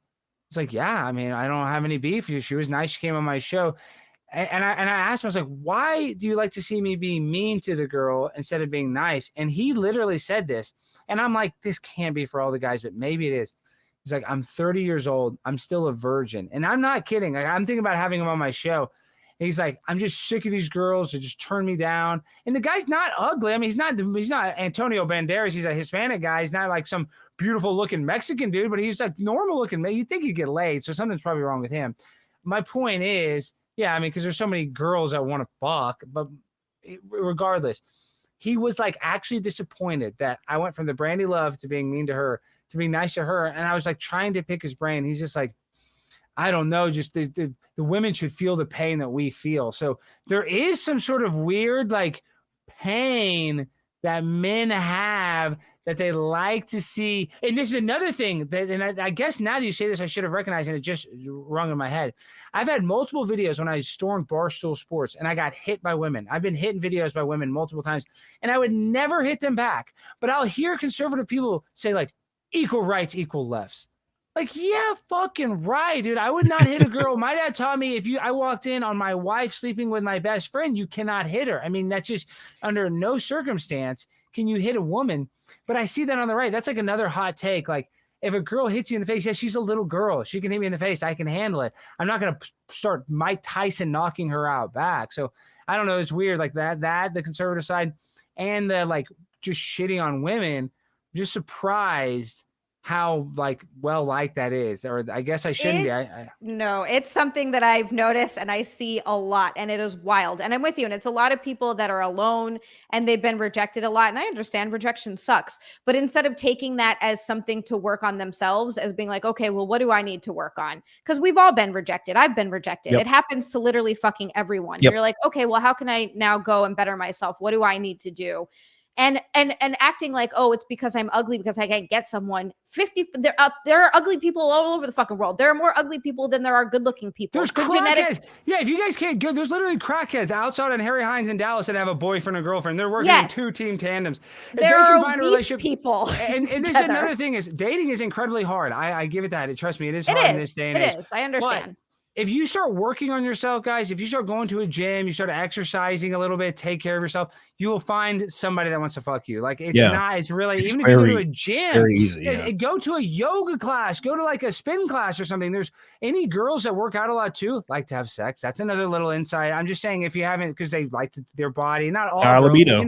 I'm just saying girls that are in fitness and stuff, they care about how they look. Maybe they're not all whores, but I feel like they're more inclined to bang than the girl that's like overweight and chunky and stuff, because a little less confident, whatever reason. Yeah, that's dude. Apparently those girls work harder. I've heard that the chunky overweight girls are the ones. Yeah, that's what I'm saying. They're bigger whores. The girls are the easier girls to sleep with. That's what I've heard. I'm saying that from experience. The fatter the girl, the easier they are. Oh, that's a fact. And I mean, you can mark that down, clip that. I hate to say it, but unless they get like morbidly obese and then some girl has a weird fetish, but I'm telling you, it's called a slump buster. This is another secret, guys. You guys haven't ever been laid. Go sleep with a heavy set woman. I mean, she doesn't have to be 300 pounds. Just go get with a girl with a pretty face and a big waist. I mean, whatever. It's your fault that you can't get laid if you've. And you know what? Unless it's a religious thing, then I respect that. If you're a virgin because you're religion, but okay, but then don't get mad at other people. Yeah, I'm saying if you're trying to get laid and you can't get laid, you're not. That's like the easiest thing to do. Also, let me tell you right now, it has way less to do with looks than it has to do with charisma and personality. And if you're funny, sharpen those skills, because I've seen people who are not attractive have the hottest girlfriends that are way out of their league, or wives that are way out of their league. Probably not even necessarily money. Sometimes it's just because they're fucking charismatic and they're funny, and that shit matters. Yeah, there's plenty of ham planets out there that are easy as hell. And like what Alex was saying, hitting a woman, it's really weird on Twitter. You'll see so many people encouraging this. And now I will admit that it's almost exclusively on Black Twitter. They love that shit. But if there is not a woman on this planet that I couldn't destroy, like there's no point. I'm a very large man. There might be like literally like 2 women in the world that maybe could kick your ass because they're just so big, or they're like intersex or something. Literally like 99.9% of the women you could kick their ass. So you're not proving anything by like you can slap me around a little bit, I'm gonna walk away. Okay. But that's just how I was brought up. That's just how it's been. But when it comes to the not being able to, I've had men tell me the same shit. They're virgins at 32, 33, 34. And I'm like, man, to go join a gym and start lifting and don't even try to talk to people. Just lift and get to kind of know the people that work at the gym. They're used to seeing you every day. People are used to seeing you every day, and just work on yourself. That shit all will come to you. Literally hang out at a gym and like take a class occasionally or something. You know what I mean? Take something where it's a group thing. I don't know, but work on your people skills, conversation skills. Something. Just talk to somebody, just lift, but hang out for like 2 hours. I mean, I know that's a long time, but Alex, they give up before they even begin because they have this mindset. And I've met a lot of women with this mindset that they want all these things, but they want it to walk up to their front door and knock on it and open up. And it's like, that's not how that works, bro. You got to go out there and you got to start going ham. And eventually it'll get annoying because of how easy it is. Fuck this. I'm going to stay home today and chill. You know what I'm saying? Yeah. So it's easier. The thing too with dating is that it legitimately is a numbers game. If you're looking for like a long-term connection, you're not going to connect with everybody. You're going to have to meet a bunch of people that you don't connect with until you find somebody that you do. So you're going to have to go on a bunch of shitty dates. You're going to have to date a bunch of douchebags. This goes both ways. You're going to have to date shitty women. You have to date shitty men. You're going to have to date people that you're like, oh fuck, I just don't like this person. I'm not attracted to them, whatever. And you're going to have to do that a bunch until you find someone that you are compatible with and attracted to. And it takes a long time and it's work and it sucks. But if that's what you want, and that's online what dating apps though are the worst because it's so superficial. Like I think I get it, a necessary evil. You know, you got to have it. You're traveling or whatever. People want to meet new people. Like I get it, but it's like the deepest, darkest place. Dating. That's how I met my husband on Tinder. That's what I'm saying. Yeah, no, people. It works. I know a lot of people sometimes. I know but it's like it's weird because I've met people on dating apps. I'm just saying that ended up dating seriously, but at the same time, it's so superficial. I go back, like I almost like want to write like a fantasy novel about how this sounds so stupid, about how many times you swipe left on probably the girl of your dreams because she had like a Ukraine flag or something. You know, like that should be a movie. Yeah. Like you're like, you know, there's a movie. Or this is my idea. Is like he I forget what the name of the movie is, but if he hits a home run and then his high school game, his life is like great, but he strikes out, so his life is bad. Like they need to have it. What does your life be like? Like, you know, if you swipe left on this girl, like, oh, you marry her, you swipe right, your life's terrible. Like, I don't know how to explain it. It's just we're making these instant decisions because like the most superficial things. Maybe you could argue that it's good for you, Zia, because it helped you narrow down what you wanted, but still, I mean, The it's not reason a good way. that I went on a bunch of first dates with people. Only one guy I went on 2 dates with. The reason that it worked when I met my husband is because on Tinder, it used to connect with your Facebook, and it would show you. This was 10 years ago. It would show you all of that the was like likes. the early iteration. It was way different. Yeah. So it was like we started. Pure. It was a little more pure. We started looking through all the likes, and I was like, holy shit, we like all the same music, all the same movies, all the same TV shows, fighting, like all the stuff. We looked at it, and there was like an insane amount of compatibility. And he was like, what the fuck is happening here? Yeah. And that is why I think. Except for horror movies. No, I remember watching one of my friends, average looking girl, and she was swapping like she was swapping on Tinder, and I saw her like at record speed. And the attractive guys, not even reading the bio, she was just like this, like, yeah, I didn't. And she had over 900 likes. And she had, see that you just the light bulb went off again. I saw some TikTok where girls like, I joined Hinge yesterday and it said 1,100. It was a real Hinge, or maybe it was, I forget which one it was. Maybe it was Tinder. And it was like I remember it clearly. It was like 1,100. I'm like, oh my god, every girl, because every guy. And then there's this girl I follow, Ansley Wilk, who's a jiu-jitsu girl. And she's on dating apps, but she kind of does this thing. And I like Ansley. She's badass. She's like tapped out some trans guys that are trying to compete in the women's league. That's why I know her, which is really cool that she did that. But she's like been posting a lot of her weird messages from the dating app. I don't know. She's just in that, whatever, you know, exposing the awkward. And it's constantly like guys like, you're hot. Can I send you a picture of my dick? That's what girls love that shit. That's what I'm saying. That's constantly what she's getting. Yeah. That's what she's constantly getting on, you know, on her messages. So I don't know. It's like that. It's some of it's good, some of it's bad. You can meet the love of your life. You also can meet like a psycho stalker probably that you need to get a restraining order for one day. So 1,000%. I had shitty experiences where a guy was like our first date, and a guy just shoved his tongue in my mouth and grabbed my ass, and I was like, "Oh God!" Hey, you don't like that? That was not my favorite thing. It was that's kind of weird. You kind of know if the person wants to kiss, you know. I mean, that's kind of. And it was so bad. He didn't even like jump, like it gently jump into it. Nothing. It was just tongue straight in the mouth, hands like full of ass, and I was like, "Oh God, okay." Ass.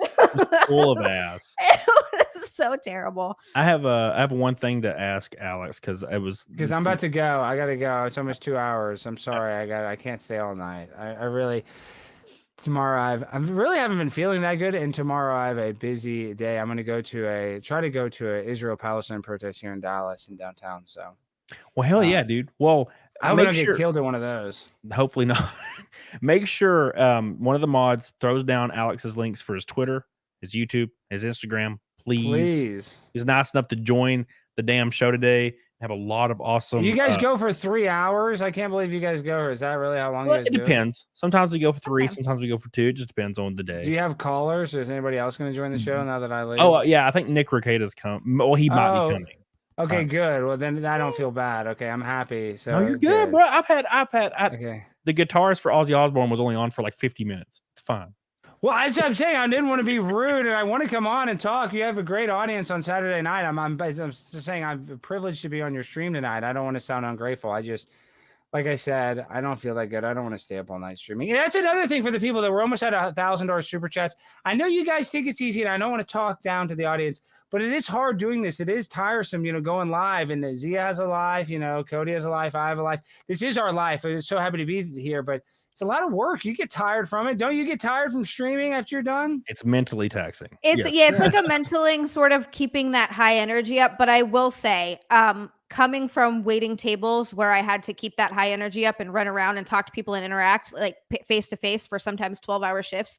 This is a goddamn fucking cakewalk. Exactly. That's another thing. I think about that all the time. Yeah, when I was selling cars, I think about all the time when a Hispanic dude would come in. I knew that like he was gonna just kind of nickel and dime me. It was gonna be a hard thing. Yeah. And I look at that every time. I'm like, oh, when I was really starting out and I had like 127 people watching, I didn't want to go live. I'd be like, do I want to go back to where I had to go in the snow and clean off the car and shovel it so they could go do a test drive in the middle of the snow?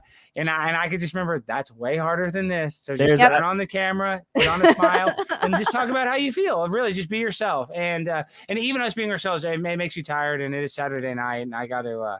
I want to do some other stuff. That's exactly what I've told everybody, Alex. Is it's mentally taxing and it's a different kind of exhaustion. But I would not rather be. Best job in the world. Best job in the world. That's why we're so appreciative to be here. I don't know. You sit in and you talk for a couple hours. You know, that's why I don't understand too the other streamers that do it so much, which I respect that in a way. But like, I don't know how somebody streams. You know, people stream like 6 hours a day, like 6 days a week. I don't know how. I mean, do you stream? How often do you stream, Cody? It's like 3 to 4 days a week max. Yeah. Yeah, but that's pretty good though. If you're doing that, that's why you've built up the audience because people want that consistency. You know, how often do you? And Zia, you don't ever go on Chip's show anymore. He doesn't do that podcast anymore. No, the Chip podcast ended. I stream 5 days a week, including this show. And then so that's 6 shows. You do 6 shows a week. Yeah, no, 5. And sometimes I'll do, but if I do someone else's streams, I'll do like other stuff. Those. I don't cut those either. See, Zia, that's why you're growing too. So you do 5 days. That's what it takes. Love it so much. It does. It does. Yep. Yeah, I know, because I go live 3 days a week and it's not enough. Like I need to be going live more than 3 days a week. I've noticed that because I used to go live 6 days when I first started out. That's the only reason I built up people. I was going live 6 days a week, so people kind of just regular. They kind of, your community builds the more you're online because it's not just us sitting here talking. People want to go in the chat and do stuff. So, it's crazy. The more you do it, but then also you don't want to overdo it. So like, what's your longest stream that you do? You do this for 3 hours. Do you do any 6-hour streams? 3 hours is max, but I'm doing a 24-hour stream in January. So that's fun to do those. Yeah. But it's gonna be over after that. Zia, most of your streams are like 3 hours. 2 to 3. 3 is like the longest, but usually around 2. I keep around 2. It's like I feel like the show gets. Maybe I'm just boring. People are like, "Oh, you're funny." Some people say I suck, but after like 3 hours, I know that's what I'm saying. I feel like I'm good for 20 minutes, 45 minutes. At the hour, I feel like I'm a little too much. And 2 hours for me is like the max. Maybe that's because of my weird zany personality. No, All right, makes sense. No. Well, you guys rule. They're great to meet you, Cody and Zia. Great to see you guys. I'll hop on and ask me anytime. Not anytime soon. Maybe in a couple of months. Sounds good. You guys rule. All right. Peace. Bye. See you, bud. Awesome. Ask me anytime. Not anytime soon. Yeah. Great dude. I was very, very excited. Looking forward to this one. That was fun. Let's read a few of these super chats. I'm gonna pee, but I can still hear you. Go ahead. Yeah. So we were having a party and a lot of good conversations. So I didn't want to stop too much. But look at all these super chats. Noah Sanders says the myth of egg is wild, absolutely crazy lore. For those that are waiting, Nick Rokeda might be joining here in just a second. He said he's gonna message me in a second. So how much to Naked Snake? 41. Slagla says who's 2 for the Goomba? Thank you, my friend. I love you, buddy. Art Clown says why is Alex always sloppy hammered? Did he seem sloppy hammered? I don't think he seemed sloppy hammered. I get pretty sloppy hammered, but I'm sober until February, unfortunately. 200 Watt Studio says, at my age, I fart just to relieve my back pain. I'm going to read this one for Zia when she gets back, but thank you, Ashley. I love you. I appreciate you. I'm here for Zia. Wait, hold on. 200 Watt Studio says, my girlfriend says farts how she shows her love. Oh, down with love, bro. Naughty says, to quote the Pope, just stop eating. Just stop. Ashley, I'm here for you too. Thank you, Ashley. Again, Magna North says Will Smith unverifiably and according to his ghetto assistant was found smelling his ankles between every 3 steps. 1, 2, 3, sniff. 1, 2, 3, sniff. What the fuck are we talking about? I'm confused. This is what happens when you go back and read super chats and you're like, wait, what? Were we ever talking about Will Smith? I don't know. Hiller from Kentucky says, so she's pro-choice, just has bad timing. He's talking about Casey Anthony. Yes. Thank you, Hiller. I appreciate you. Hilarious. Grippy says, Free Camelot. Thank you. I appreciate it. A lot of people behind today was tweeting that. I appreciate you. Elon Musk is completely ignoring it. And look, he's probably got a lot of shit going through his feed, so he doesn't know. But yeah, it's I'm sure he hasn't seen it, but still, it's fucking annoying. It is very, very annoying that I see a post every single day. Every single day I see a post. It was some like I don't know, like random like black lady. And look, I'm not like generalizing a race or anything. I'm just saying it's like a random black lady or something that's like openly calling for the death of all white people. Like we need I to saw that. And I'm like, I've literally seen those posts. Not banned. And I am for saying LOL if you break into my house and rape you. Like I literally said LOL if you break into my house, I will indeed rape you. And it was quote tweeting a satire article of an Australian man that raped a dude. And it had a picture of the Chad guy behind bars. It was a satire thing. Yeah. Permanently for it. Forever. So it was the furries, right? The fucking furries. They found it. That blue furry person got banned for like a month and came back already. They're already back. I'm still banned. I'm fucking tired of them bastards. That Gabriel fucking heats my pants. Primetime 99 is a god. I'm not worthy of this super. Thank you, Gabriel. Gabriel super chatted a lot tonight. Oh, Jay, love Rodney King. Oh, poor Rodney King. Hiller says Zia hates kids so much she spits Nick Spooge on the floor and curb stomps. That's right. I spit it out on the ground. I'm like, fuck you. I ain't having none of your babies. Gabriel says Primetime 99. I'm a TradCom man, but I want to throw all that aside and have your baby somehow. Are you talking to Alex Stein? He's talking to Alex Stein. This man loves Alex Stein so much. Damn. I don't know if I've ever seen this before. Damn. It's really sweet. Tristan says 5. I'm going to tell you 5. Gonna give you 5. Oh wait, wrong channel. Hey Cody Zia. Wait, hold on. I'm so confused. Hi, Tristan. You know who I want to get on? Who? Alex Jones. That'd be amazing. How do we get him? I don't know. You message him. Zia, use your boobies. Damn it. Just send him a picture of my bare tits and be like, hey, do you want to come on the stream? Look how fat my titties are. Do you want to come on the stream? It's like, hey, yeah, I'd be like, look, I'm kind of retarded. It's like, that'd be great. Just come on. It's fine. I don't mind. Ellie Fant says in Cam voice from Ferris Bueller, Alex Stein, you're my hero. Thank you, Ellie Fant. I appreciate you. Just so you know, Alex was reading all the super chats like as we went. He was. Yeah, he was reading them all as we went, but I didn't read them like all publicly because there was just so damn many. Magnum Norris says, wait, Cam, so me sending a super chat doesn't mean I can fundle thy grundle? Bullshit. If it's a $500 super chat, I might consider it. Thank you. Everybody's got their prize. Everybody's got their prize, baby. Johan says, John Merrick, aka Elephant Man. That's what I said. I said, I know who John Merrick is, baby. And SMV is marketplace value. Yes. I have nothing to offer. Oh, marketplace. Johan, shut your beautiful face. I see his dude. He in my Discord. I love it so much. I come in and he's nerding out with someone over like 3D printing stuff and like fishing and guns and shit. He is Johan. I don't want to hear it. You have a lot to offer, my friends. Like a lot. We already said that if the apocalypse happens, I'm meeting up with Johan and we're gonna come find you. You're gonna make us sandwiches. Make the sandwiches, please. All right, thank you. Appreciate you, dude.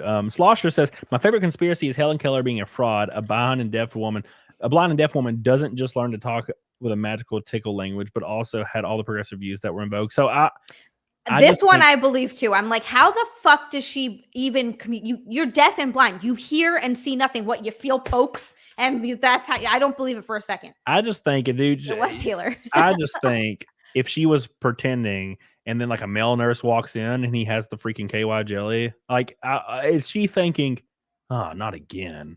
Or is she like excited? Maybe she's excited. It's the only pleasure she gets. Then she's like, oh, dude, he's about to rail me. Fuck. Well, yeah. Whatever. I guess I'll enjoy it. Thank you, Slosher. Appreciate you. You can find interviews where she talks with a weird semi-British accent. Why did a deaf American have a British accent? That is kind of strange. Maybe doesn't make any sense. Maybe the person that taught her was British. I don't fucking know, man. Slosher. How could she have an accent if she can't hear anything? How could she even learn what an S or a C or a T is? That doesn't mean like exactly. There's no way to. None of it makes sense. I've always thought, Slosher, that's so funny. I've always thought this, but I've never gone down the rabbit hole. Thank you, Slosher. I appreciate you. Magnor says, I went to IPR in MPLS, which was a school gifted to audio engineers by Prince. The AEs worked with Michael, and they stated vehemently that Mike was weird but not a pedo. First-hand accounts, Magnor.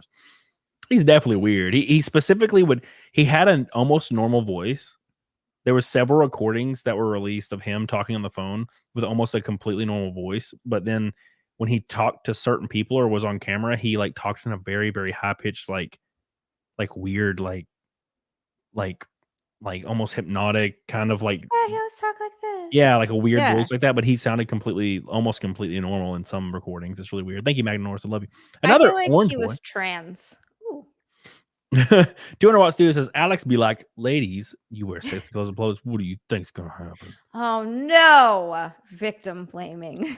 Oh no. 200 Watt, I love you, dude. Johan says, or you could just give up and go fishing. Talking about dating. Yeah, but Johan, I get that too. I also completely understand people who are like want to be alone and don't want to go through the hassle of dating. I fucking totally get that. And I don't think there's anything wrong with that either. Anytime, this is my favorite insult that someone always hurls at like an OnlyFans girl. Like, you're never going to find they always love to say high quality man too. And I was like, what the fuck is a high quality man? Like, what the fuck are you even talking about? But they're always like, you're going to end up alone in an apartment full of cats. And for a lot of women, they're like, yeah, that sounds fucking amazing. Like, some people just like to be alone. That's also great. Sure. Yeah, I think so. It's hard to say. It's really, really hard to say. Both of my grandmothers were single for like 30 years. The 30 years I was alive, both of them were single. Well, 27 years. They died when I was 29. They're both single the entire time that I was alive. So were they content? I don't know. Maybe they seemed fine, but they both been married several times before. Oh, geez. How many times is several times? I think my grandmother Shelby was married 7 times, and my other grandma was married probably twice or 3 times. I'm not really sure. Holy shit, 7 times is a lot of times. They both, dude, my grandma on my dad's side had like 8 kids. My grandma on my mom's side had like 8 kids. Hot damn. And yeah, it's crazy. Johan, I love you. Ashley says, fine, I'm here for Cody too. Thank you. I appreciate that. We are $20 away from Naked Snake, Naked Zia, and $5.20 away from Fight Milk. Last time we did it was with Mint on Monday. We did Fight Milk with Mint. Oh, shit. Did you see that, Zia? No, but I heard she did it. You got to see her struggle. I'm going to pull it up. Thank you, Oh, Ashley. my God, yeah. Wait, she struggled, bro. She put the alcohol in it and everything? I don't know. I think, she put something in it, but dude, she was struggling. Ashley, I love you. Urian says, mad props to Primetime 99. His BS detector on my story earlier was spot on, but seriously, thanks for the laugh earlier. Rip Doctor Who. Yeah. Urian was like, I was lying. Alex is hilarious. I've been wanting to get him for a long time, but he's like, why didn't you mess with me? I'm like, dude, I was banned. Bro. Banned. You don't understand, bro. I was banned. I'm sorry. And also, like, I didn't realize that Alex just did these shows until recently. I didn't know. Like, I thought he was like Alex Jones, like he's just chilling.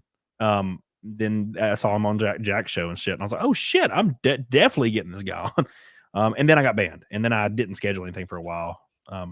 Stupid. I think I tried emailing him. I don't remember though. It's been so long. All right, here we go. I'm gonna pull up the video of Mint doing Fight Milk and just brutally failing. She didn't fail. She got it. It just took her like 30 minutes to swallow it. And I was so worried about her, dude. I was so worried about her. This is why I'm scared to do it, because I don't want to actually puke. She didn't puke, but I was 100% worried about her because like the fear in her eyes was unbelievable. Oh my God, that's poor girl. Thank you, Urian. Appreciate you. We're gonna go over all the big heavy hitting super chats here in a bit.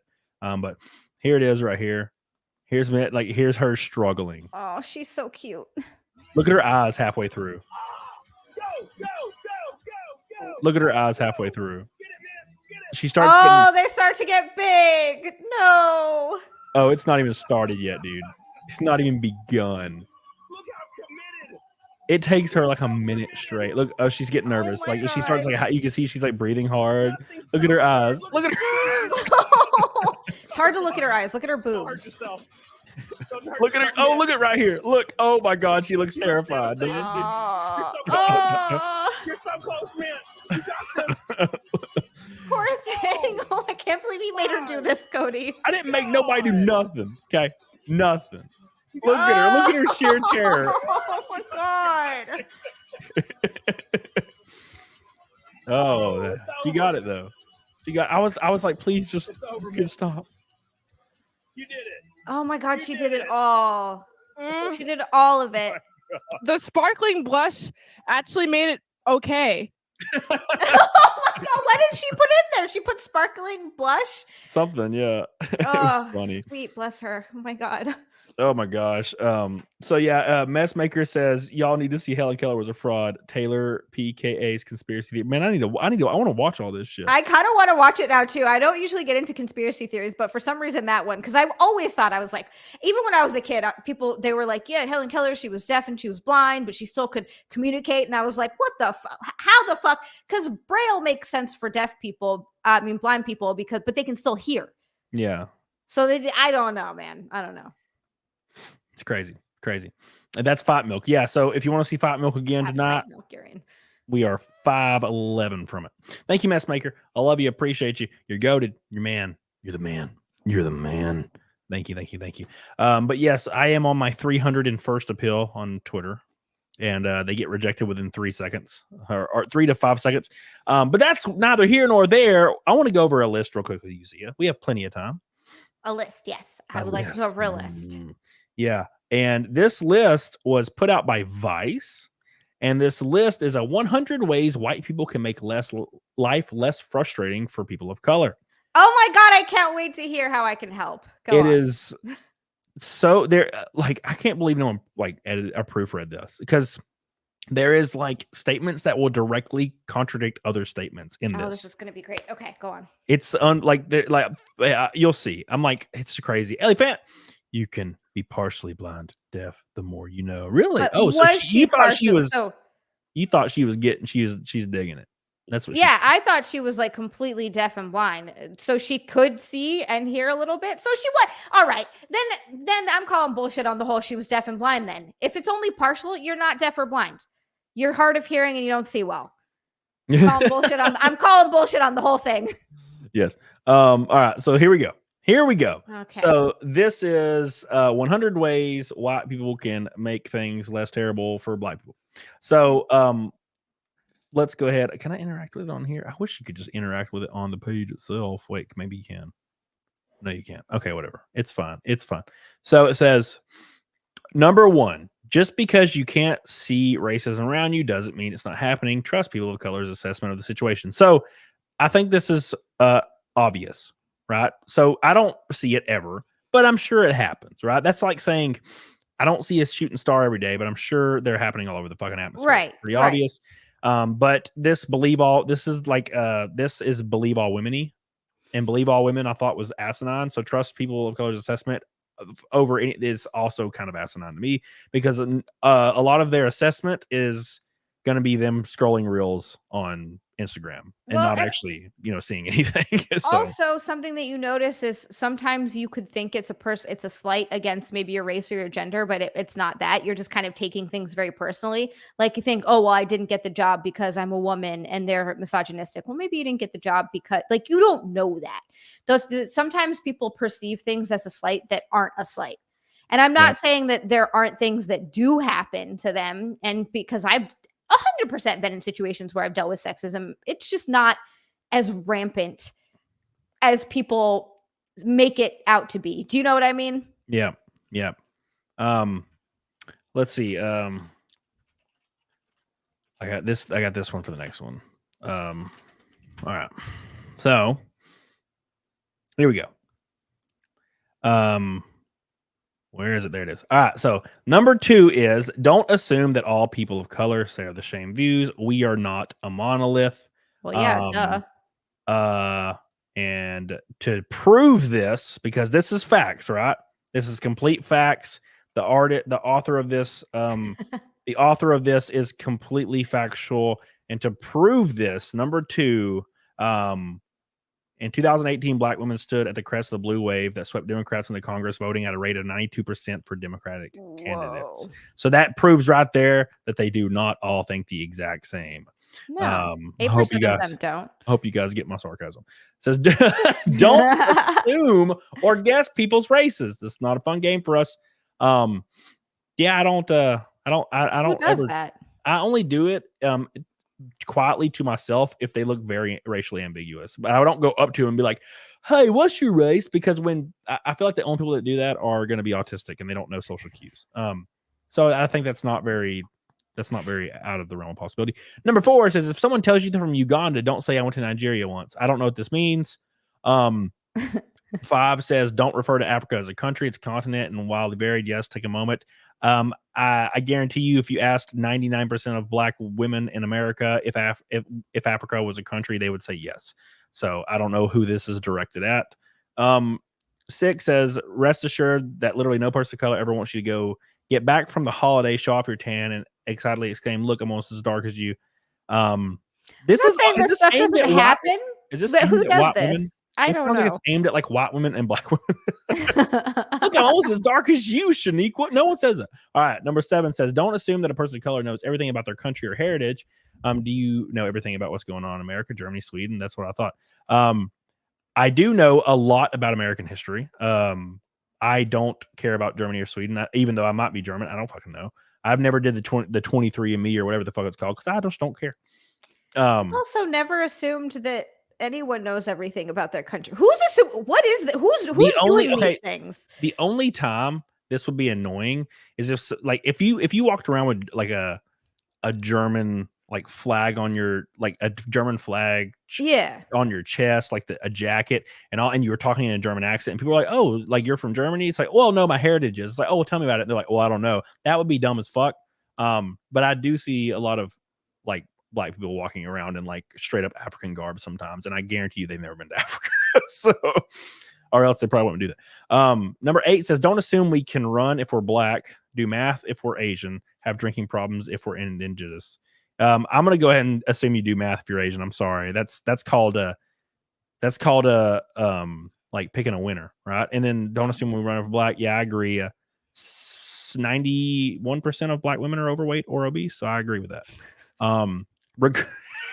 This is gonna be a very racist segment, y'all. I hope you're enjoying. Super racist segment. I mean, I have to battle the racism with racism. That's how I do this. That's Number 9 says, regard us as autonomous, unique individuals, not as representatives of our race. That's definitely not what the left does when they try to get you to vote. They don't use you as a tool at all.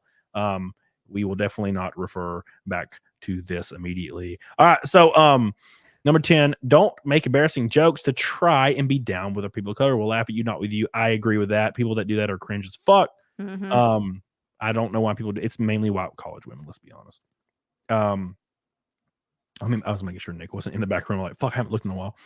Number 11, don't rinse our cultural specific memes. There are, go enjoy the weird ones about plums. I don't know what this means, but this last part sounds super racist towards other people. I don't know. That one made zero sense to me. No idea what this means. It must be an inside joke. Number 12 says, if you're at my house party, don't turn off the Weekend and put on Arctic Monkeys. Don't know what that means. I like the Weekend kind of a few songs. I hate the Weekend and I hate the Arctic Monkeys. I don't know who the Arctic Monkeys are. You don't like the Blind Lot song?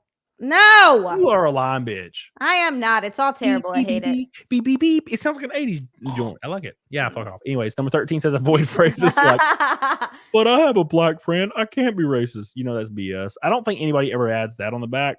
But I do think it's weird to say I have a black friend. It's kind of strange. Yeah. That doesn't really make sense to me. Granted, I wasn't brought up that way, and I grew up around every kind of color of folks, so I never really heard about this kind of stuff until I was like in my late teens. When you endlessly complain about how terrible white people are, you are being that person. Oh God, this is all aimed at white women because I agree with this shit. This is all aimed at. I'm seriously. I think a lot of this is fucking awful. Who complains about white people?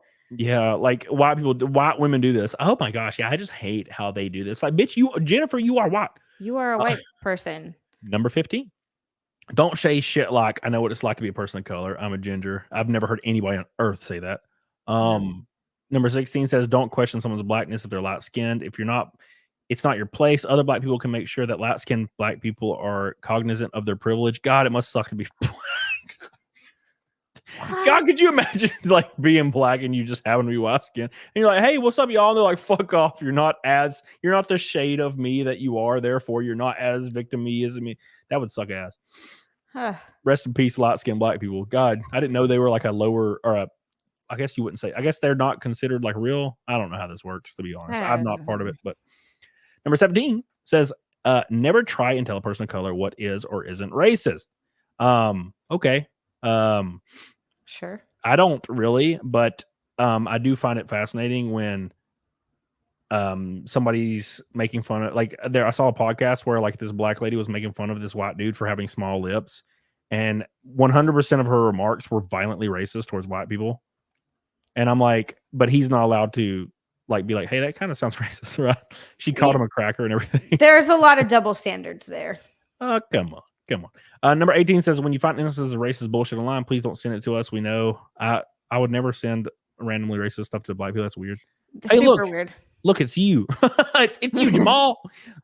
Number 19, read something already written about it rather than coming off to your friends or acquaintances of color, looking for hot takes and anything and everything appropriative. Kardashian Miley Cyrus does. We don't think about this shit 24/7. I don't know what any of this means. I'm so confused. This list is so weird. It was probably written by like a 16-year-old light-skinned black lady that's like hates everybody. She's probably mixed. She probably has a white dad and a black mom, and she to feel more connected, she just really, really leans into that shit more than anybody else because she has to prove that she's part of the club, which no one really cares. Number 20 says, understand that some days are evenly more mentally exhausting for people of color thanks to the news cycle. Try not to badger us for opinions on the latest atrocity that's occurred. Leave us to grieve. I wouldn't badger anybody about any random atrocity, but also if you let somebody getting like an armed guy getting shot by police in LA affect you and you live in rural Georgia, you probably have a different problem going on. That's what I'm saying. Like, what are you grieving? Yeah, that's what I'm confused. I don't grieve every time a white person dies. I'm not like, oh no, they've died. Like, I don't know. Well, let's say, I don't. Maybe it's because 97% of them died by the same color. But that's just FBI statistics, bro. Look, all right, I'm just just putting out this. That's a joke, kind of. It's not 97. Joke. It's like 90. It's like 91%. Sorry. I was up by 6%. Whatever. These are jokes, everybody in the chat. Just jokes, people. If you're very dark skinned, I'm sorry. If you're light skinned, too bad. Too bad, bitch. You're not part of the club anymore. Number 22 says, share articles relating to the everyday experiences of race and racism written by people of color. Okay. I think I was like, this sounds literally like this, but yeah. They have to be written by people of color, so they're not biased or anything. 23 says, but don't be that person who is weird and a psychophantic and loves to demonstrate their wokeness constantly to people of color around them. 100% agree with this one. That's annoying as fuck. Agreed. This person has a lot of decent like takes. Like, this is completely like right on the money, but then they say like the dumbest shit right above it, and I'm like, people are never gonna take you seriously if you act like a dumbass. Like, half. Well, that's the problem. A broken clock is, right twice a day. So they're going to have a couple that are all right. 100%.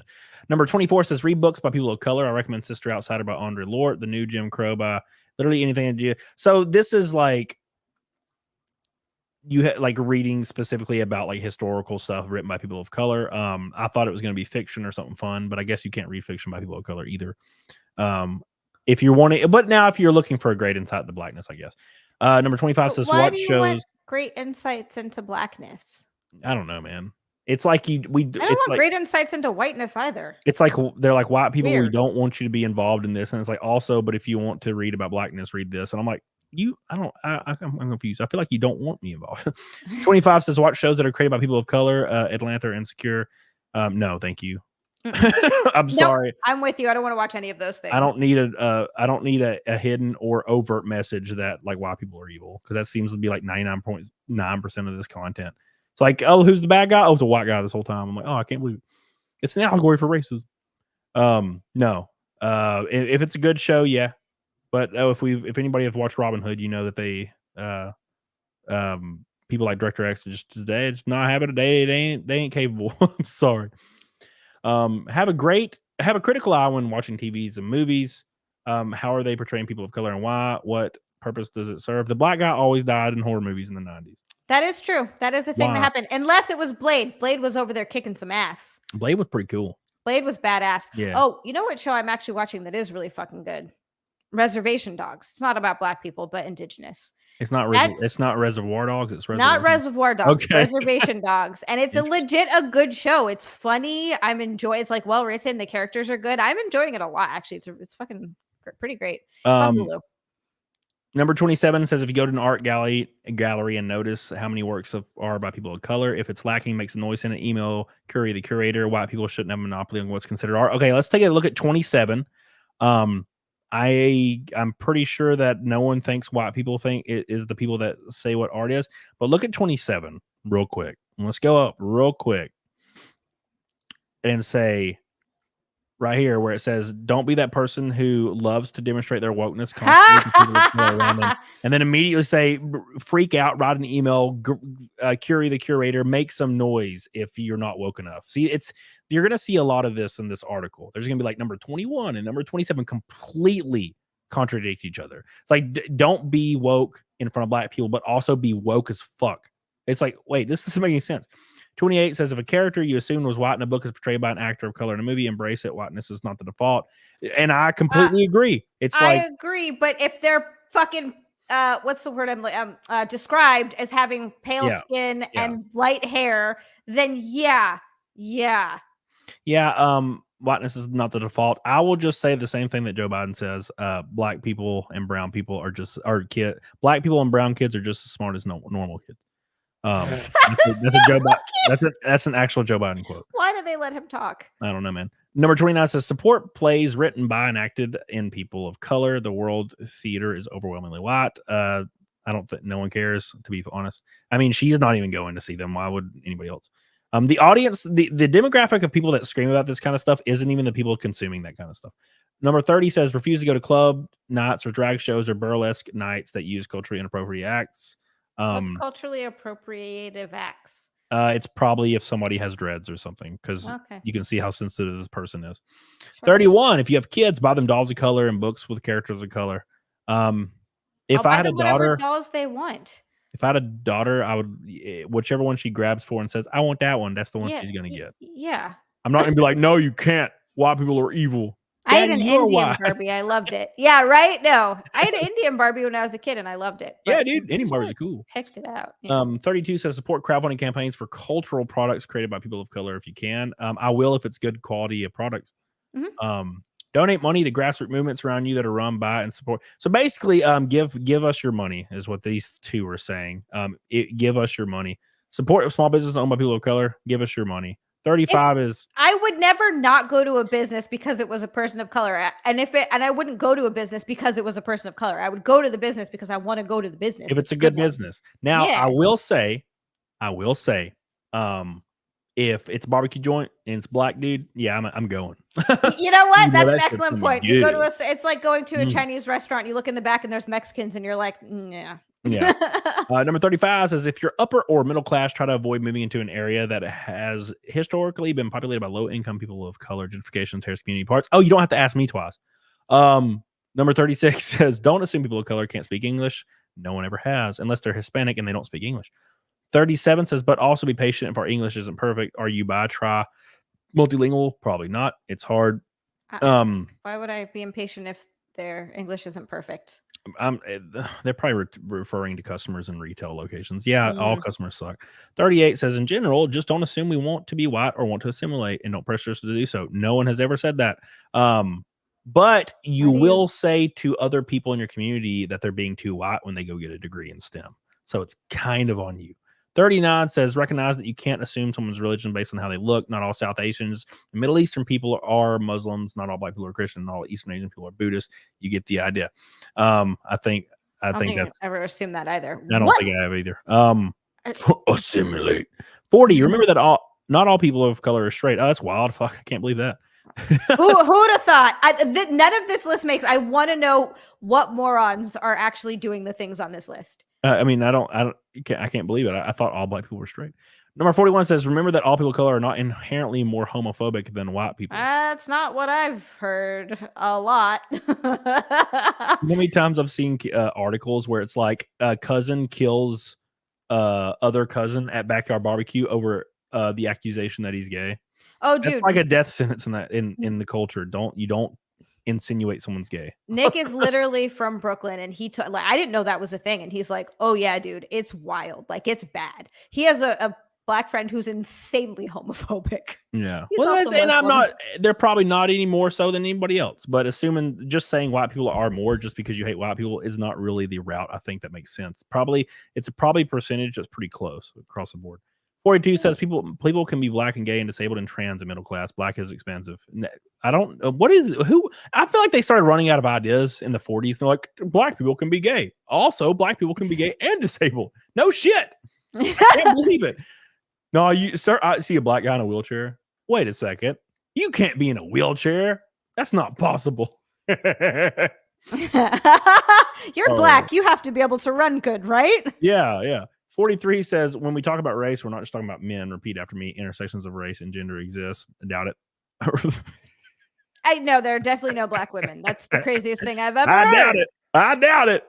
44 says, remember that it is black women and native women and mixed race women who are most likely to be raped in the lifetimes of America. You cannot be advocated. Okay, look. I don't want to have to break out the FBI statistics here, but I will do it if I have to. Now, if you're going to assume, if you're going to say, if you want me to list the perpetrator of who is doing these things, I can do it with the FBI statistics. But I just want to say that if I do this, no one's going to be happy that is liking this list. No one's going to be happy when I pull up the FBI statistics, because you may be right, but not in the way you want to be. Speaking of being right, Jeff. Holy shit. Just Jeff. Jeff just dropped a $200 super chat. Jeffrey. Don't call me Jeffrey. $200. Holy dick and balls, bruh. It's crazy. What? Let's give him another one. Jeff! You are the man. You got us. I can't do the math. It's like 300. No, it's not. That's not even the right math. It's like two something. Do something. Here, I'll just fucking pull it up. My boy got us so close to Fight Milk on a Saturday on the Camel Thoughts show. Let's pull it up and see how much it is. Away. Because I don't like guessing anymore because I'm stupid. Well, I'm bringing it up right now. It's not updated yet. Fuck.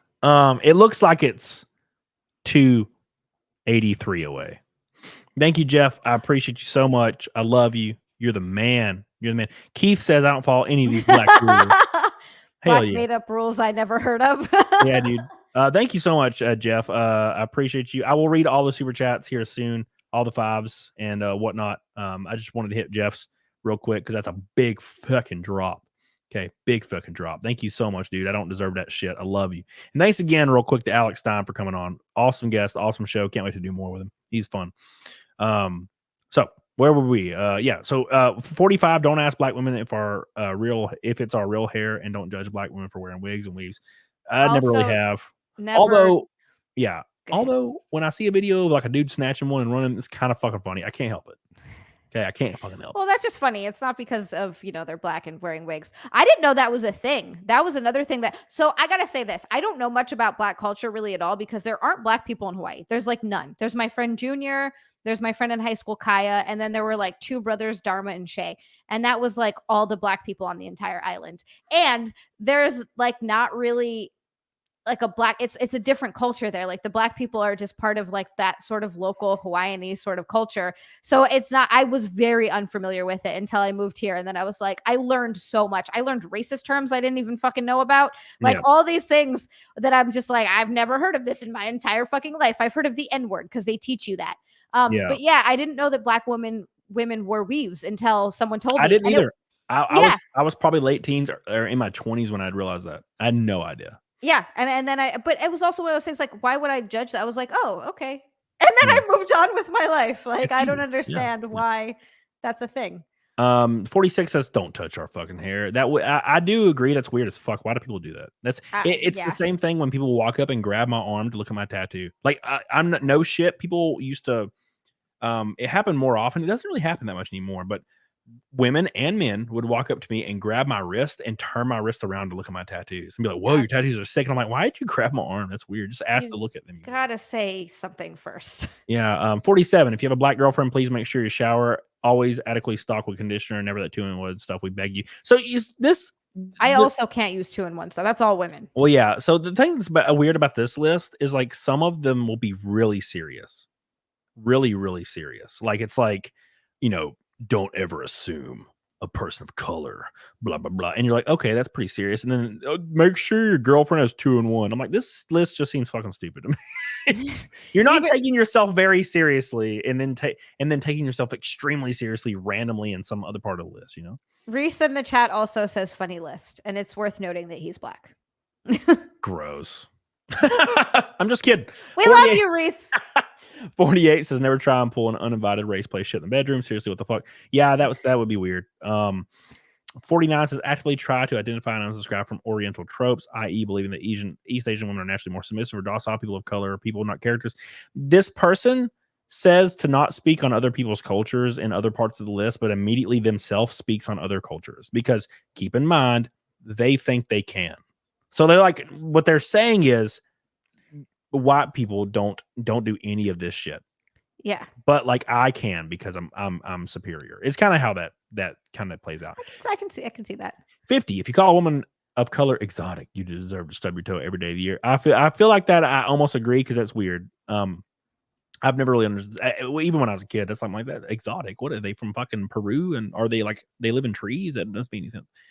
51 says also saying I've never fucked a black Asian native person to someone you're trying to hook it with is one way to get to hell. I kind of agree. Yeah, that's weird as fuck. Why would you say weird. that? Yeah, I've hooked up with every race of woman, and I've never been like I've never fucked a black. That's weird. I would just be like, hey girl, what's up? 52 says if you have such fetishist thoughts, just don't even bother coming near a person of color. These are the same thing, and I don't. Why are these two different? This should be like both together. Like remove the 52. Is this 100? Are there 100 of these? Yeah, that's so many. 53 says remembering that having mixed race children is not a cure for racism. Well, thank God for that. The only way you could be cured of racism is being dark black, apparently, because even light skinned people are like kind of not a part of the club anymore. They're like a lower caliber of black. But that's all I really care to read. I'm gonna say that's a lot. That's a lot of those rules. There's too damn many of those. And I would never in my fucking life think to do any of those things anyway. So they've got to be talking about fucking weird privileged white women. That's bizarre. Yeah, I agree. It's kind of strange.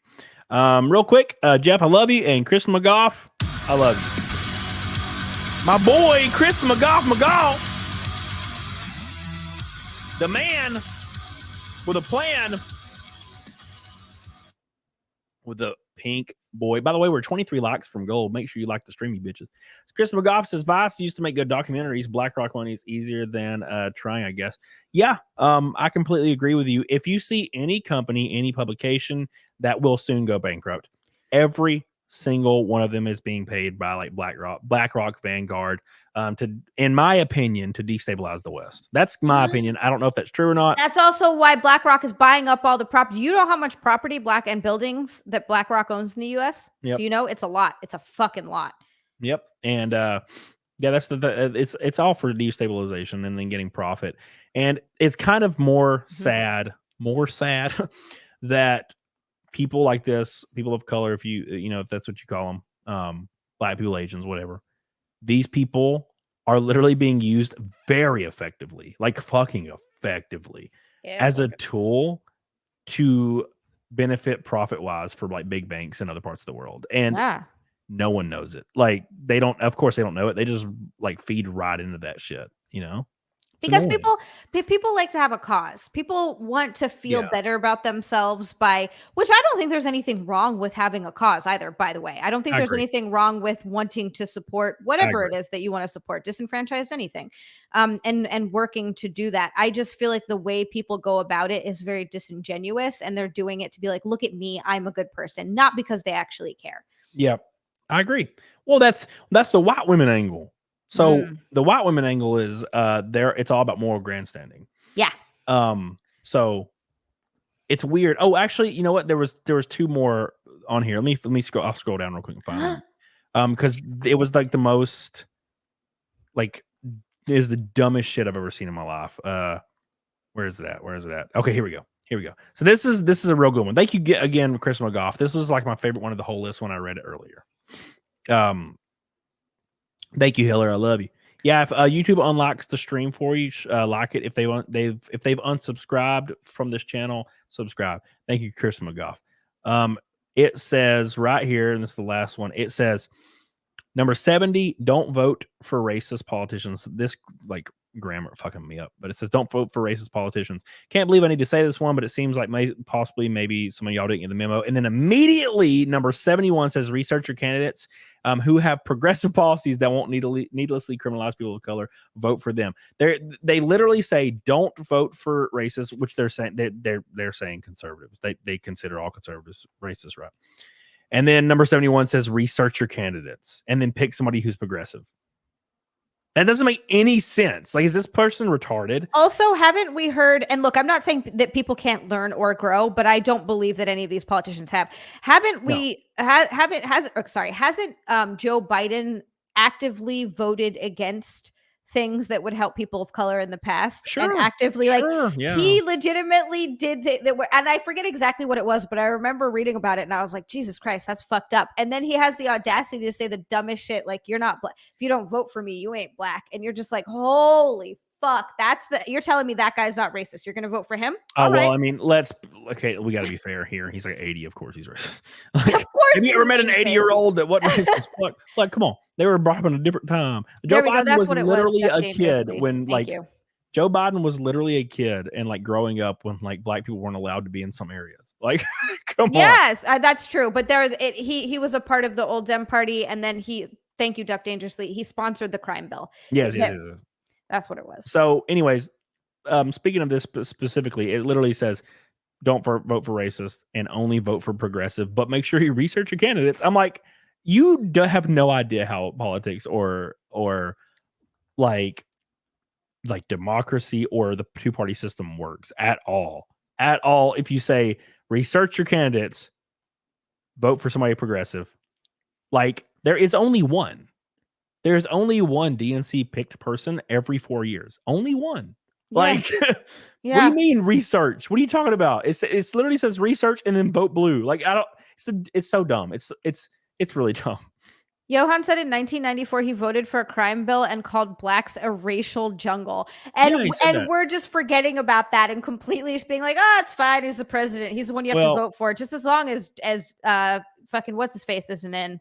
Like, are you serious? To be fair, I don't really know how to explain this phenomena. Like, it's kind of hard to explain how I can understand why a lot of people were elected, but I will never really understand the Joe thing. Like, regardless of what you think about his policies, like, he's obviously riddled with dementia and can barely move. And he has quite literally said the most racist shit I've ever heard a politician say. And like, it's just weird to me. Now that being said, whatever, right?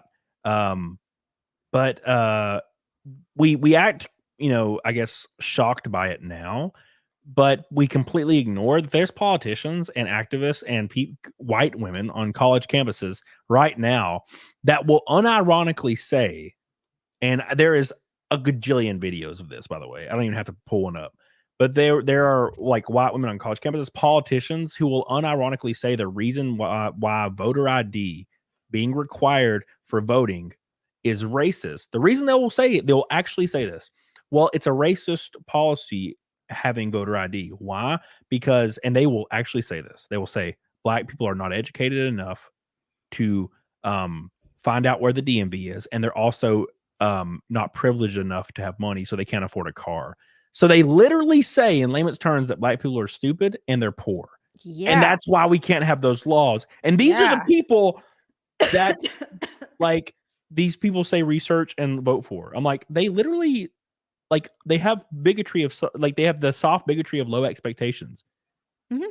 That's retarded to me. No, I know. It's literally one of the things that it to me is the most racist things I've ever heard, and I hear it all the time. I know exactly what you're talking about. Where they literally look down on people of color so much so that they're like, "Oh, you're so stupid and poor. We have to take care of you. You can't possibly get by in life." Yeah. Like, what it's really the weird. Fuck? It's really weird, and Yeah, I'll never understand it. Let's hit some of these super chats. It's just bigotry. I agree. I agree. That's weird. When I go to DMV, it's just black people. Yes. Ellie Fant says you can be partially blind. Oh, I read that one. We did that one. Johan says fine. Getting naked. You, Johan. Oh yeah, we already hit naked. Thank you, Johan. I love you.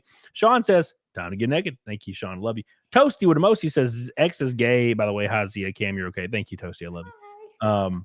200 watts says Zia, to disabled people, you can feel your toes slightly. Get your ass up out of that wheelchair. 200 watts studio. I'm not saying that being partially deaf or blind doesn't mean that you're disabled, but you're not fully blind and deaf. It's partial. That's not the same thing. Mm-hmm. Yep.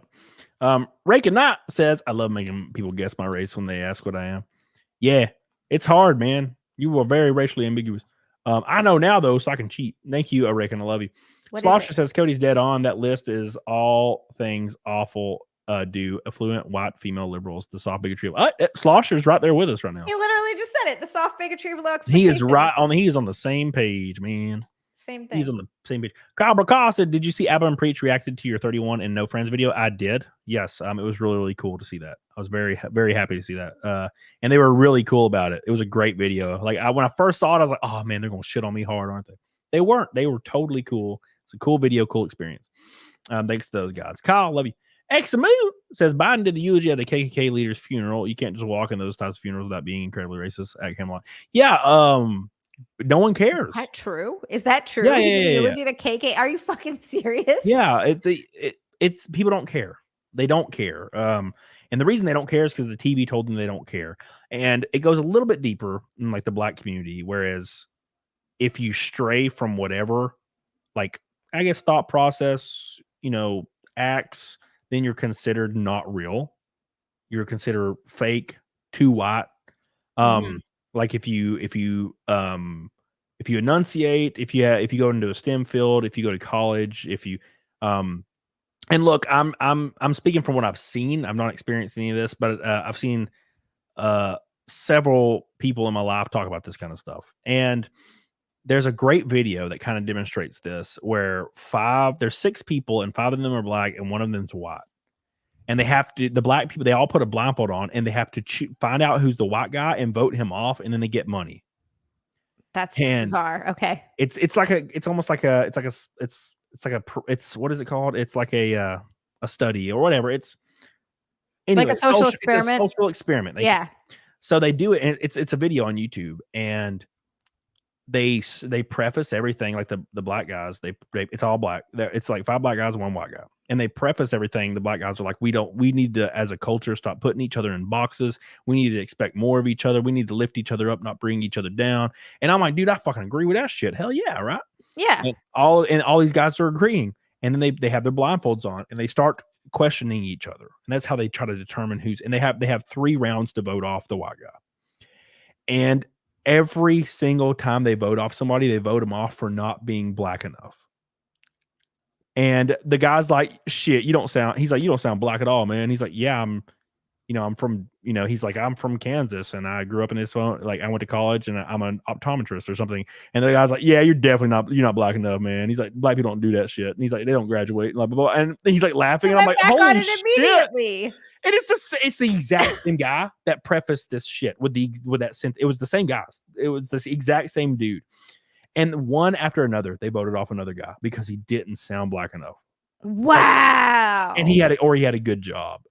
He's like, nah, man, you ain't black. You ain't black. There's no way you black. And they're all like laughing with each other. Ain't no way you black. And they get to the very end, and there's only 2 guys left. Is one of them the white guy? And they remove their blindfolds, and one of them's the white guy, and they all lose. And they're like, holy shit, like we didn't expect this. And the white guy was adopted by black parents when he was a kid. So he has the accent. And he was a gangbanger and spent time in prison. And he's like literally like, what's up, cuz? Like they're being so racist to their own people. And it would be like kind of expected, but it was crazy that the first guy prefaced the entire video with, we got to stop putting each other in a box, stop tearing each other down. And then immediately all of his decision makings revert back to tearing everyone down around him that that wasn't a failure.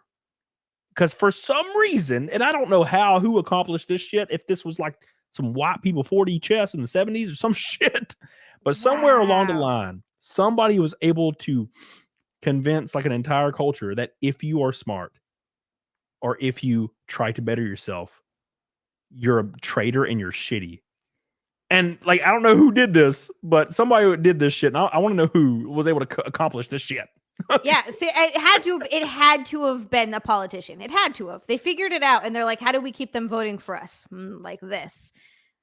It's very weird. It's very weird because you don't have to fit into a box. You don't have to do any of these things.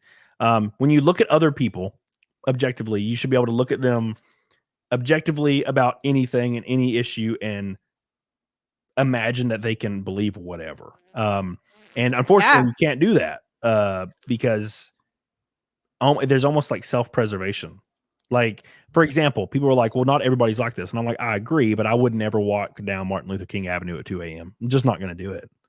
Well, there are certain things that you just should. There are areas of Brooklyn and like Queens and fucking places like that I absolutely cannot fucking go, especially at night. No goddamn way.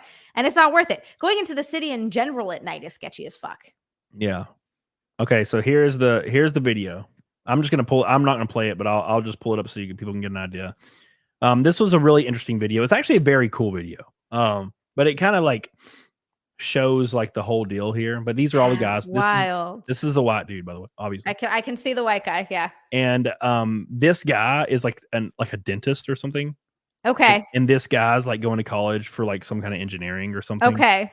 And this guy is the guy that's like, yeah, we need to stop putting each other in boxes, blah, blah, blah. No. And then he immediately like tells this guy he's way too privileged. He can't be black. He's way too privileged. And he doesn't sound black enough. And then he voted this kid off for the exact same reason. And I think this guy got voted off because he was he enunciated too much. Like they quite literally voted every single person off. If they own the only criteria they used to vote people off is if they had a good job or sounded white. That was the only criteria they used. That's so crazy. It's crazy. And I'm like, damn. And this guy could destroy. He just easily, and he won 10 grand. This white dude. He won 10 grand. Yeah. Oh my God. I was like, damn. He's wearing a Hawaiian shirt. He's culturally appropriating the Hawaiian culture. How dare you, sir? How dare he do that? Not be 400 pounds. Hey, I'm thinking of the ukulele guy. Okay. Yeah, I was gonna say he ain't playing the ukulele. Goddamn. Somewhere over the rainbow. It's funny because Hawaii is just a bunch of like there is a specific Hawaiian culture, and it's a very specific sort of thing. But it also in Hawaii is borrowed from so many other cultures. You know that the fucking ukulele is like Portuguese or something. That's not a Hawaiian thing. Well, he couldn't hold the bitch. He couldn't play a guitar. Where are you gonna put that bitch? He had like a body everywhere else. He just had to have. He laid his ukulele like right here under his neck, and he's like, "Yeah, he did. He ain't got. He can't move. He was a huge fucking man. That's a big motherfucker. He was like 800 pounds back when that was like not a thing. No, I know. He came to, I think I told you this before. He came to my school and performed when I was in 5th grade for us, and it was like the biggest person I've ever seen in my whole life. How did they even get his ass there? Well, I mean, I don't know how the fuck he got there, but I know that they had to set up like 2 benches for him to sit at. I was like, that's fucking wild. Somebody that's 700 pounds now isn't like that far fetched because for the last 10 years, like shit's got people do this shit all the time. Like that, you see 600 pound life. 600 pound life. Yeah. Yeah. There's like 150 episodes of that shit. But that guy, this was like 25 years ago. And this, like, I'm like, how did you even do this shit? Yeah, yeah, it was. There wasn't even a Costco to buy all the Doritos. Like, how did you do this? There's a lot of obesity in Hawaii. My auntie Becky is a diabetes educator, and she had a rough fucking time there because there is a lot of oh God, what's the word I'm looking for? Well, they're just not educated about stuff, and they don't know, and there's so much sugar, mayonnaise, like, and white rice. And I know we eat white rice. I eat white rice every fucking day almost. But like, I'm talking like plates of white rice with everything, just too much, just so much. Because the traditional Hawaiian diet is really healthy. It's like, you're talking just pork, fish, lomi salmon, which is like salmon and tomato chopped up with like some onions and shit. Taro root, which they use to make poi. Like the traditional Hawaiian diet is healthy as fuck. It's all fresh fish and shit like that. It's all the other stuff that came in. So they're eating like L&L Hawaiian barbecue, which is just like deep fried orange chicken. Yeah. It's just bad. It's all just bad. So Loco Mocos, Johan, yes, Loco Mocos are so fucking good. Yeah. Make sure you guys subscribe to Zia Land, by the way. She's 10 subs from 6.9K. I'm 2 subs from 6.9K. 2? Go subscribe because then I'll be at 69. Fuck yeah. 69. Oh Yeah. my god. Yeah. Oh, right, boys. What'd you say, Zia? You said some more? What? I thought you were saying more. All right. Oh, I don't know. Fuck. Macaroni salad. Oh, okay. Yeah, sugars and everything. And macaroni salad is just fucking. And I'm not talking like some decent. I'm talking macaroni salad that's like 90% mayonnaise. Mayonnaise. And spam. I love spam. All right, boys. It is time for the I'm guessing eighth naked snake camel thoughts in a row, and 239th, I think. I can't remember. I'll have to look, but it's like something like that. Is Nick coming with us? No, he's not. He texted me and said he couldn't make it. God damn it, Nick. That bitch. Anyways, thank you guys so much. I love you. I appreciate you. We are 228 from Fight Milk, but we hit the naked snake with flying colors. Thanks again for Alex Stein helping us all the way. Alex Stein's awesome. And we had a segment talking about the article from Vice talking about how white people are evil. How we'll close out that segment is if you like legitimately hate people for being a different color, like that's racist. That's fucked up and disgusting. But there are people of color that also occupy those thoughts about other people. And just because you're a person of color doesn't mean you get to fucking hate other people and get justified for it. Because somebody that you may or may not be related to, probably not, suffered some transgressions 400 years ago or in another country 2,000 years ago. That doesn't mean you get to hate people now. That's retarded, and you should grow up and stop using your victimhood as a crutch for mediocrity. Real quick, we have a $100 super chat, or sorry, $100 Rumble rant from Mudbug on Rumble. $100 Rumble rant. Mudbug on Rumble. Going hard as hell. He's the only Rumble rant today, and my God, was it a big one. Thank you, dude. I appreciate you so much, my friend. Make sure you like the Rumble stream. Appreciate you. Appreciate you. Appreciate you. You guys are goated. Man.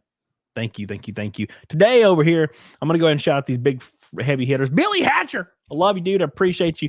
Eric Leniger. Love you, man. You're the man. Magna Norris had a bunch of these orange boys. Dry Los. My man. Hope you get to feeling better. We love you, my friend. Urian with 2 pink boys. Back to back, trying to explain to Alex now. Slosher, my man. Gabriel Knight. Thank you so much. Magna Norris had 4 orange boys, by the way. Jesus. Thank you. Oh, my boy Johan. Always, he had a bunch of gold boys, a bunch of orange boys. And don't forget this big old Jeff Gobble. Thank you, dude. I love you. Thank you. That's a huge drop. Every super chat was like $200, I think. That's insane. Amazing. Right, every red amazing. one. And don't forget Christoph McGough. I haven't got there. You interrupted me. You dropped a pink boy. I'm literally hovering over it with my mouse right now. Okay, all right. You just interrupted me trying to flex, trying to steal Chris McGough from me because he has a great. I am not. He does have a great. He does have a fantastic back, though. He looks great.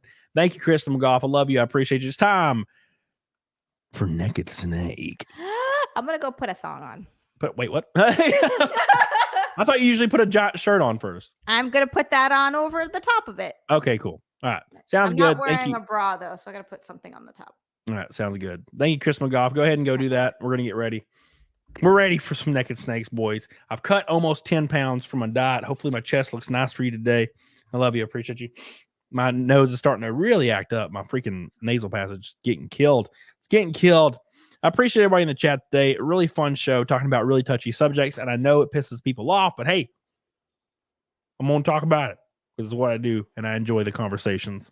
I don't hate anybody. I think everybody's great. Except for fat people. I don't like fat people. That's a joke. This is a joke. Damn it. Just kidding. God. I love the fat people in my chat. Who's the fattest person in my chat? So I can tell you I love you. Is it you, James Hundinger, or is it you, Saw?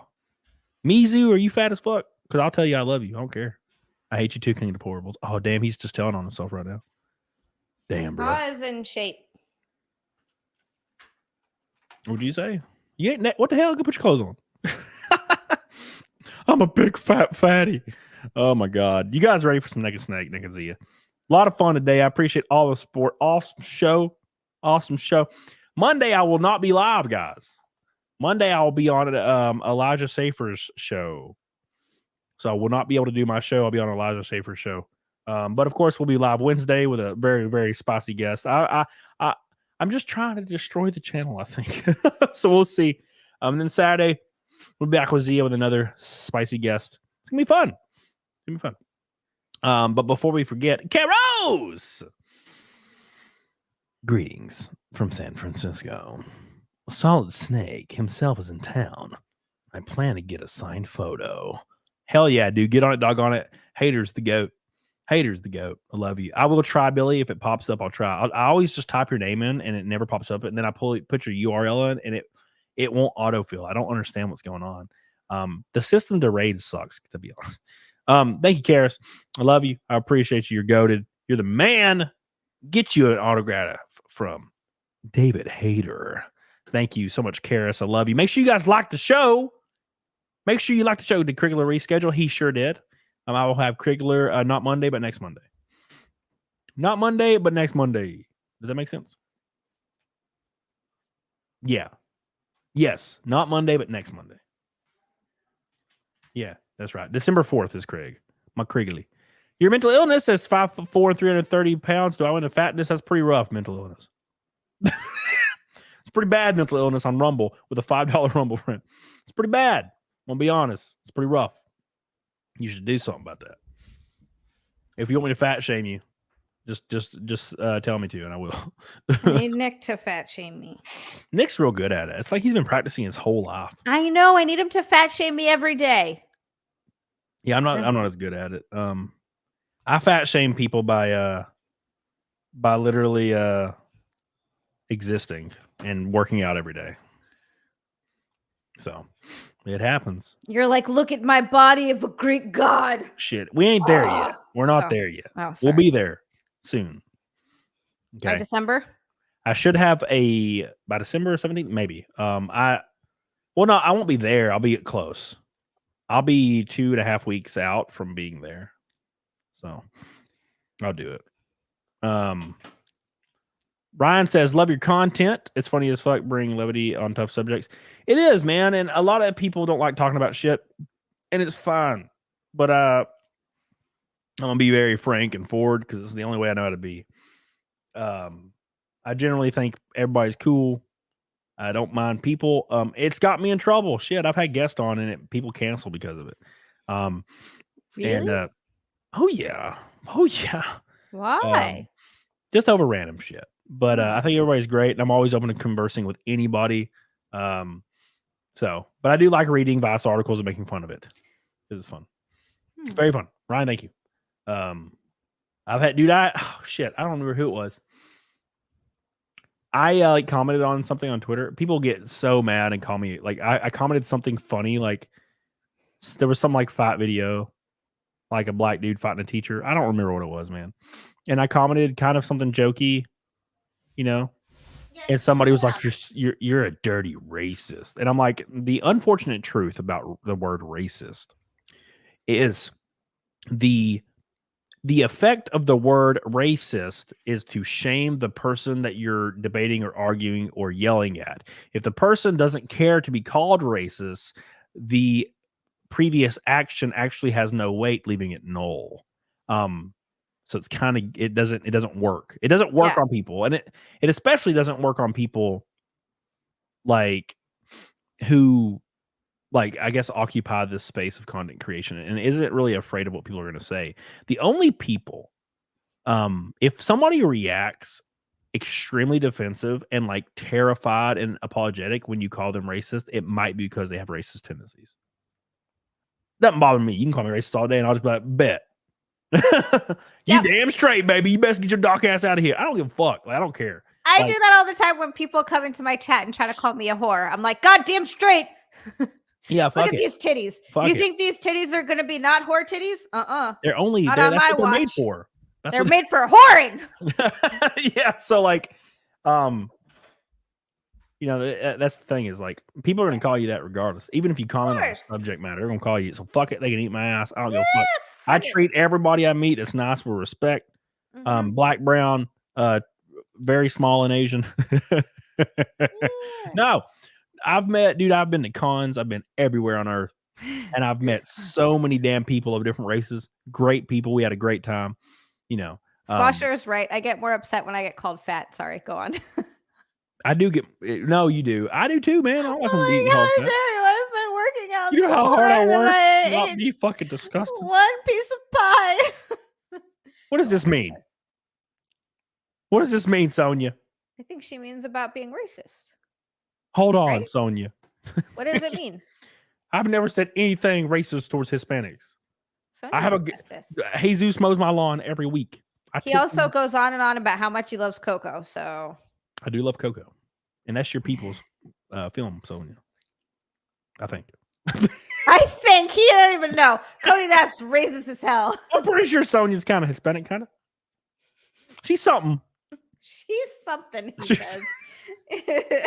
She's something brown, but not like African brown. She's more like Western brown. Sasha caught me muscle. She like South American. Oh, I said, oh, well, to be kind of whore. Yeah, see? Oh, yeah. Right. Someone calls me a whore. I'm like, oh no. Better go out there and start doing all my whoring. Dangling the carrot smells. And Nick's not even coming on to do Nick and Snake. What is this bullshit, Nick? What is this bullshit? I need you here to fat shame me because I ate pie for Thanksgiving. 4 of them. What? Get naked and well, not 4 whole pies, but I got 4 pies and I tried them all. God, variety's your favorite flavor, huh? Goddamn straight it is. God, I hate white women. Nick. Why can't you just like get what your you ass like? in here? Well, cherry is my favorite. Cherry I did finish. I didn't finish the others. I like cheesecake. Plain. Oh, cheesecake is so fucking plain ass white people cheesecake. Cherry. See, I need to be fat shamed. Also, see, don't call me fat. Can't help it. Nick says he's coming in the chat. Uh-oh. Are you coming, Nick? Are you coming? Thank you, Are Ricada. you going to get naked and fat shame me? Let's fucking go. Go, boy. Appreciate you. LFG. So we'll wait 2 seconds on Nick. We are 190. 190 from Fight Milk. 190. I'll eat ice cream. What the fuck? That's good. That's not bad. I'll eat ice cream's terrible. No. Thank you guys. Love you. Appreciate you. Nick just wants to get naked. Get naked, Nick. He does need to get Let's naked. go. No, I'm excited to see what my chest looks like. It's been a couple days since I did neck and snake. I'm down almost 10 pounds. I want to see them abs, Cody. That's gonna be like a month out at least. It takes a while. It takes a while for the abs to come in, man. Abdominals. Yeah, I gotta do a lot. I gotta lose like 25 pounds for my abs to start really popping. I need 5 pounds, I think, till my abs are like out. Like my stomach is flat. It's not like I don't have rolls, but I don't have abs. Like I can see my obliques, and that's about it. Yeah. I wish my abs were shredded, but I was too hungry this year. But they'll be here. It takes about 2 months, like a really good 2 months, and I can be really abbed out. You're gonna have a 6-pack. Here it comes. Chris McGough getting us 140 from Fight Milk. Chris! It's the McGough! Oh my God! Thank you so much, dude. Chris McGough coming in. These boobs were made for whoring, and that is what they'll do. One of these days, these boobs are gonna whore all over you. Yeah, dude. Oh yeah. Thank you. I appreciate you. That's what they're made for. That's literally what they're for. Straight. Girls wear super tight Gymshark ass lifting pants to like Walmart and expect me not to be looking at them turd cutters. I'm looking. I think I saw this one reel and I was like, you know what? Fuck yes. And I was thinking about it and I was like, I don't care if anyone looks at me if I'm at the gym, I'm stretching my asses out. Look at my ass, whatever. Just don't be a fucking weirdo about it. You know what I mean? That's it. That's all. Just don't like come up and like slap it. Yeah, like don't come up and slap my ass. Okay. Hypothetical, Zia. Yeah. If we were at the same gym, I'm lifting, I'm shredded looking. Yeah. You're lifting, you're doing your ass cutter stuff. And I come over and be like, bro, like I know we don't know each other. Like I just, wanted to walk up and be like, tell you your ass is fucking fire. Your ass is looking great, firm as hell. Just want to give you like that acknowledgement because it's really cool. I'm gonna go work out and then just turn around and walk away. What would you think? I would be like, oh my God, he said my ass was nice. Yay. Yeah. I would do the thing. I'd be like, he noticed. He noticed all my hard work. I've debated so hard sometimes because I'll see girls in there every day and they're doing kickbacks and they are working hard and their asses are unbelievable. And I want to walk up and be like, dude, your ass is killing it, man. You're doing a great job. And then walk away. I'm not trying to fuck you. I just like really, your ass is looking really, really nice. Doing some good goddamn work. Yeah. No, to me, that's like incredibly nice. It's incredibly flattering. I almost did it to a girl the other day because her whole body was fucking perfect. I've never seen this girl in the gym before. I saw her there. I think it was like Thanksgiving Day, actually.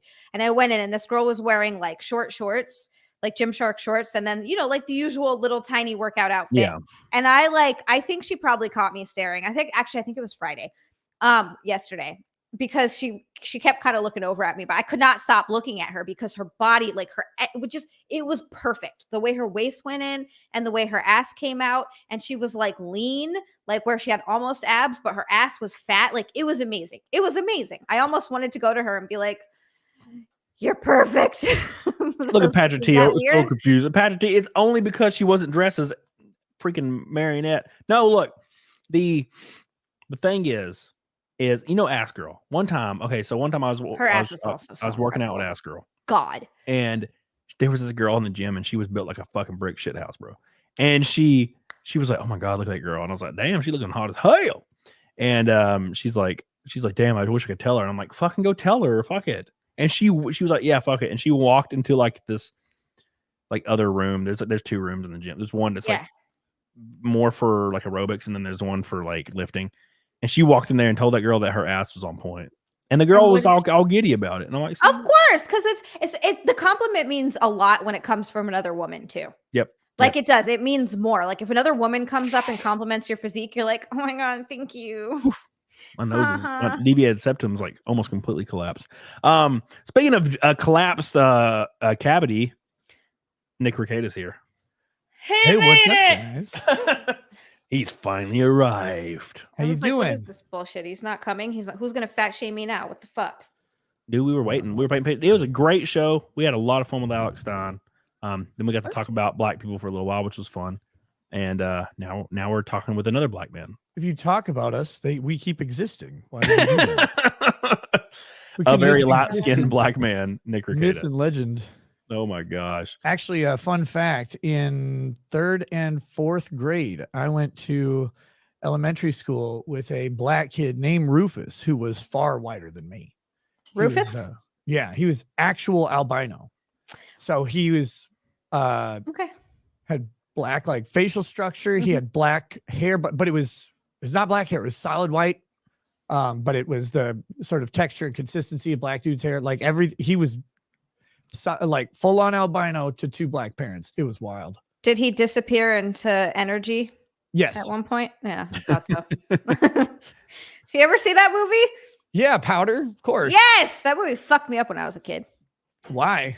I don't know. It just freaked me out. I thought this was about white supremacy. Turns out it's about electricity. Yeah, I was pissed off. I was like, what is this shit? This is not what I signed up for. I'm like trying to Google this. Oh my God.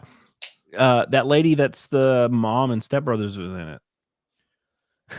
Oh shit. Dude, that lady is like the hottest old lady in the world. Yeah, she looks great. Who is it?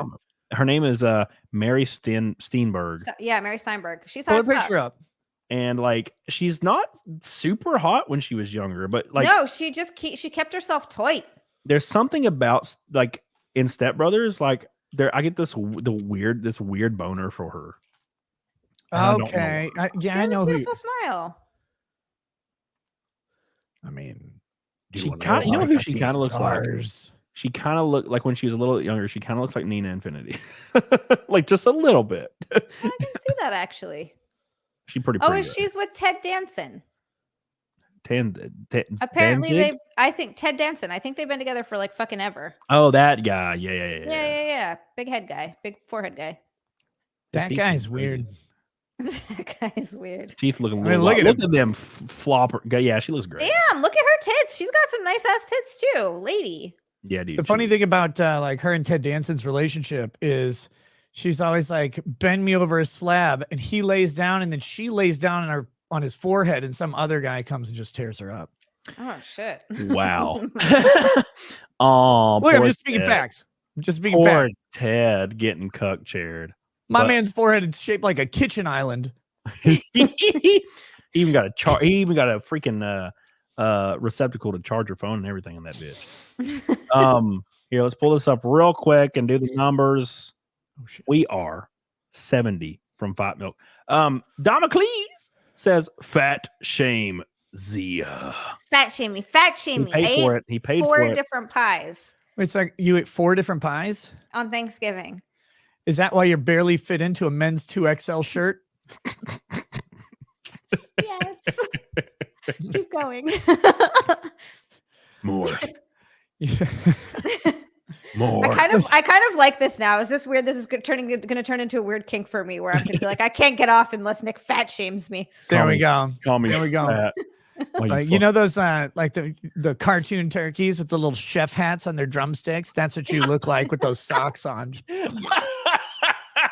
Oh my god, those fucking cartoon turkeys, bro. They look so delicious. Why do they have little chef hats on the bones? Why do they do that? Yeah. Oh, hey, so we were at a family Thanksgiving today, like our extended family Thanksgiving was today. And you know those like bouncy balls with the like 2 like little peg things, and the kids like bounce around on them? That's what Zia looks like with her legs right now. Like this. Just a fucking globe with 2 protrusions. She's bouncing around. Then she's planet shaped. That's what I have a. No, she's actually not planet shaped, because planets are oblong, which means some parts are actually skinny. Instead of just fucking circle. Circle's a shape. What do they? Circle is the shape that they gave me. What do they call it? They call it you got the hourglass figure. She got the apple figure. So wait, you're saying my body should, girl, man, I can tell time from you real good. Why? Because I'm an hourglass? No, because you got the shape of a fucking clock. Just a circle with 2 hands. Oh damn, fat shame's great. Patrick T says, hey, Camelot and Zia, happy Thanksgiving weekend. Oh yeah, happy Thanksgiving, Patrick. Here, happy Thanksgiving. Another pink boy, Patrick T, and he left out Mary Antoinette. I appreciate that. Thank you so much, Patrick T, the man. I love you. No, there was literally like a 6-month period where Patrick T would super chat me and tell me to tell Anna to do a Mary Antoinette cosplay in her calendar. Yeah, and I'm like, bro, that'd be pretty cool. super chat her and say this. And then I told her about it. I don't give money to women. Yeah. That would be so fucking based. I need Anna to hear this, but I'm not gonna pay that bitch. I'll get a man to tell her to do it. Thank you, Patrick. I appreciate you. Getting close. Let's do next thing. Fuck. It's already past. I haven't been on this late in years. Too late for me. I gotta stay up all night and fucking play video games and eat pickles because I have nothing else in life I can eat. I love pickles. I can eat them because no, you don't. No, you don't love pickles? Go on. They don't have any calories. It's true. It's true. That's why I love them. I told I was on an online game the other day. And beef jerky. Called Lethal Company. Lethal Company. You ever heard of that? Lethal Company what? Oh, it's a video game called Lethal Company. It's a video game called Lethal Company? Yeah, I've been playing the fuck out of it. And what do you do in it? You just gather like supplies in it, and there's like monsters everywhere. So I was playing I know one you're talking about. Yeah, I know exactly what you're talking about. Yeah, it's great. So I thought this was a Birmingham, Alabama joke. Okay, go on. But I told a guy, he's like, I was like fucking smashing pickles and chewing, and it's local proximity chat. And he was like, we were like in a fucking dark room together with like a flashlight, and he was following me. And he's like, "What are you eating, bro?" And I was like, "Pickles." And he's like, "Fucking pickles." I'm like, "Yeah, dude, I'm on a diet, so like pickles have no calories." So I've been smashing them. And he's like, "Pickles have calories," and I'm like, "No, they don't." And he's like, "Dude, they totally do." And I'm like, "I promise you, they don't." They have like maybe 5 in the whole thing. Like If that's some of them it's negligible. Yeah, some of them put like a sugar in the brine, like a little bit, and that's the only calories they fucking get, because otherwise they're cucumbers, which is just water. Right, which we all just wish that Lizzo and Tess Holiday would just eat cucumbers, but then they'd be like, I just retained water. It's like you retained a pizza. The water was just incidental. Psycho Crusher has joined the party today. Oh my God. So stream is finally gay enough for this super chat now that Nick is here. Thank you, Psycho Crusher. That's I what I'm love here you. for. I appreciate waiting this, man. for Nick to gay it up all night. He's gaying it with us. Thank you so much, Psycho Crusher, for your pink boy. You're the man with a plan. I love you, and I appreciate you. I'm glad to be here, and I'm glad Nick's gay ass is here to encourage you. And also, don't forget Patrick T joining once more. Don't shame me about my Marie Antoinette strategy. Don't shame him. He just loves the woman. And speaking of loving that woman, that puts us at Fat Milk. Fat Milk. So happy. You know why? You want got eggs. This motherfucker don't have no eggs.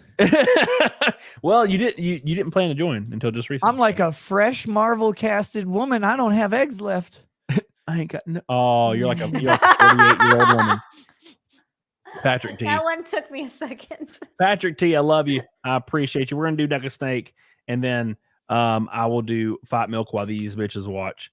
I appreciate you. Unless Zia wants to do something. But, I don't have milk. I never have milk in my. It would go bad for like the amount. It would just go bad before we'd ever do a fight. Almond milk. Yeah, get almond milk. That shit keeps forever. The vanilla almond milk's delicious. You know that, good. I'm sure. Yeah, but I don't know. But I don't know. I spent all my time milking almonds. Appreciate you guys. I mean, nuts. It's time to do Naked Snake, and actually, let me go get my milk real quick. I'm just gonna get milk. All I need is milk. I'm gonna run down and get milk. And then we will do Naked Snake and everything. So, Nick, take the reins for a second. You're a pro. I will take the reins. I'm just very glad that he is here. She does not need to go get the milk. Milk truck has arrived. I'm sorry. I don't know why my God. I'm tired. This is what happens. I even took a nap for this. Oh, yeah. I woke up at 12:30 in the morning. 12:30 a.m. Yeah. For what? For the why? Previous day. Not today, yesterday. Yeah. That's too early. Yeah. Why did you wake up? I passed out. I was just in my bed and I just passed out in the middle of the evening yesterday. I wasn't even awake to tell people I wasn't doing a show because I was going to do one, but I was just unconscious. See, but you have narcolepsy as something that you can blame this on. You could be like, oh, I'm narcoleptic. I just fell asleep. Oh no, I missed it. I want that as an excuse. Be like, oh man, I'm so sorry I didn't make it. I have narcolepsy. I just passed out. Are you allowed to drive? Yeah, I don't like, okay. I don't fall asleep if I'm doing something, but if I'm just sitting down, like it's lights out. I mean, it's so fast. So you gotta like go. How do you watch movies? Usually I'm engaged in the movie, but I don't watch them as often anymore. I still haven't seen all of Avatar, but that was just because that movie sucks. Thank you. I talked about this. I think Avatar is an insanely overrated movie. Yes, visually it is beautiful. Yes. But the story of it is fucking terrible. They did Fern Gully and apparently Dances with Wolves in space. No. See, you're just repeating shit that people say. I said that. Apparently Dances with Wolves. I said apparently. I was the one that said Fern Gully. When I watched it, I was like, this is Fern Gully. This is bullshit. So you can't make the hero's journey story anymore, or else it's just Fern Gully. Hey, wait, it wasn't a hero's journey story. What? That wasn't a hero's journey story.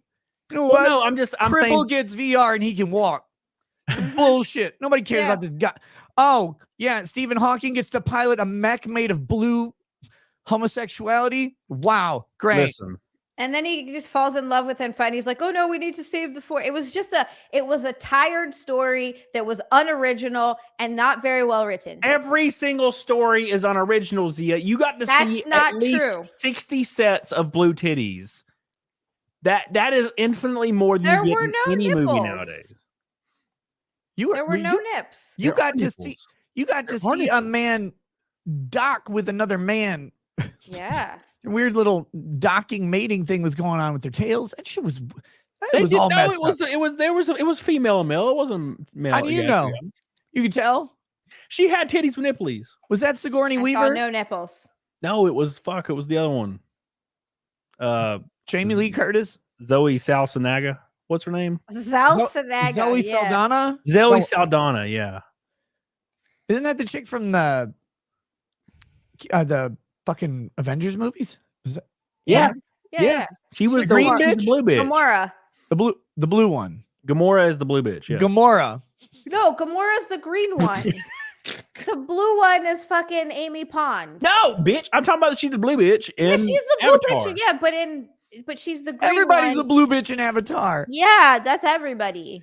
Except for the one white guy played by who's fucking Donald Rumsfeld or whatever. Every single blue chick had tight, perky, like B cup boobies. Every one of them. It was awesome. Yeah, they didn't have any asses though, Cody. What They would you had do? great muscular asses. That's like They going had to no Dairy Queen and asses. ordering kids cones. This is bullshit. Loved it. Fucking loved. And the second one had even more titties. It was like You 10 times watched titties. number 2? The second one, I actually like the second one better than the first. I liked it more than I thought I was going to. God, what is wrong with you people? Number 2 was better than the first one. It was better than the first one. And Everything- visually, I it's can beautiful. I can watch my ball sweat fade into my fucking chair, and it was better than the first one. Gary will try to make me watch some bullshit to come on F&T. I can watch Avatar 2, bro. Yeah, Way of the Water. I Right. still haven't watched it. Every titty was there were so many titties. It is. It was kind of weird that Sigourney Weaver was like a 15-year-old, but it was just her voice, so it was really strange. Yeah, I really like that. It was very weird. But all that, I think the Avatar people are adorable, and I like them. I like the Na'vi; they're cool. You would fuck them, wouldn't you? Oh, are you fucking kidding me? Like, I literally adore like tall women, and they're like 8 feet tall. Yeah, Hey, bro. you guys Wait, know if- I have a Navi. I have a me Navi. Do you really? You know? Yeah. Yeah, well, it's me. Hold on just a second. Oh no. It's just on Oh, God, where's he going? I just feel like something is about to happen that we're not prepared for. It's a Navi. I have one. I have a me Na'vi. He's pulling his dick out, isn't he? He's taking his dick out. He painted it blue. This is my Na'vi. I'm not oh, what's a fucking weird? Never mind. No, I got the Navi from Avatar Maker Studio, and it's supposed to look like me, but the nose is like they have flat noses. Oh, yeah, you can't tell. Oh my God, But it you just sit looks there. like a Na'vi. It just looks like, yeah. Yeah, but you sit there for like 20 minutes and they make you pay a bunch of money. So then you're like, oh, it's mine. It's a me thing. And they're like, yeah, we're 3D printing the head right now. Like They you can- just grab a generic one from the back. They give everyone the same head. They've got like 3 variations. I like how Nick's like, I don't like Avatar. They're all gay. I also got my own made of me. well, I actually got it for the show when I was down there and I got it and I was like, oh, this will be funny. And then I got it and I was like, well, this isn't funny at all. Like, it doesn't look like me. Doesn't look like anything. My God. Oh, Chris. I just wanted to wear like baggy pants, a bunch of chains, no shirt, and like a like a fucking fishing hat that's like bright red and have it sing a cappella music in Spanish. Oh my God. Christopher says Avatar is gayer than Cody elbow deep in a horse. That'd be fine. Horses are cool. Would you fist a horse? Yeah. But not like sexually, for like to artificially inseminate. Oh, a yeah, horse, of course. sure, Yeah. yeah. Not Okay, sexually. yeah, not sexually. No. Right. I mean, who would ever do that sexually? That's weird. Imagine how warm it would be. Yeah, that'd Oh, be, I don't God. know. Oh my God. I can't do that ever since Billy Crystal lost his watch in that cow's vagina hole in City Slickers. Oh my God, I forgot about that. Pulls his arm. I was like, "Where's my Rolex?" Oh my God. And no one's like trying to get it out. Like that cow is gonna fucking die. Yeah, it's You gonna think die of so? sepsis. Of For sure. of a fucking Rolex in your cooch? Yeah, well, I mean, you could test it, I guess, but I don't like your odds. I'll shove a Rolex up there and let you know. in a week. Oh my 5 God. days later, just a tombstone and an organ playing. Dude, it reminds me of a Walmart fucking story that somebody submitted years ago where a lady shoved a bunch of like that shitty Walmart jewelry in her vagina, and then like she got caught and she pulled it out and like threw it at a guy and it like stuck to him or some shit. Oh, she Oh. she was all turned on from stealing. Oh, She's getting a my rush. God. Could She you was gonna go imagine home and smell? fuck the shit out of her husband after that. Ooh, that smell. Husband. She's sitting there. She's like, I'm wearing the gold plating off these bracelets. Oh my God. Why did it turn Just green? like my boyfriend's grill. Oh, Jesus fuck. All right, boys. Let's do Naked Snake. Oh, shit. I got to get liquor. It's time for Naked Snake, boys. You guys ready? Oh, wait. We're not drinking yet, right? I'll drink for fight milk. Yeah, sure. Yeah, we'll do that. We'll do that for fight milk. No, I won't. I'm back on my diet. What do you mean back on your diet? Well, I'm still bulking, but I'm back on like not eating as much garbage because I was eating too much for like a couple of days. When I see you, I swear, if you're jiggly looking, I'm pissed. I'm gonna be so fat, Cody. I told you 125 is the limit. What if I'm fat? I'm only 115. I got 10 pounds. All right, boys. It's time for Naked Snake. Here we go for the fucking I don't even know number. Somebody will fix it in chat. Let's get this party rolling. 34 consecutive time. It's like 240 or 239 or something. Here we go, boys. It's time for Naked Snake. Oh my God! Can you believe it? 8 times in a row with Zia. 240 or 239 times in a row with me. It's time again, boys. Let's get on it, Doug. How many times in a row have you done bikini, Zia? Saw nose 23. Damn. I only know Zia's numbers. Saw knows my numbers. I don't know my numbers. That's I've bad. never hit my bikini goal. Here we go, boys. We can change that, Nick. With darkness and silence through the night. What a thrill. You guys ready for this shit again? It's time again. Here we go with Zia, Nick Ricada, and me. Time for Naked Snake, boys. Here we Nick's go. been rubbing his nipples to get ready for this. They need to be erect. Yeah.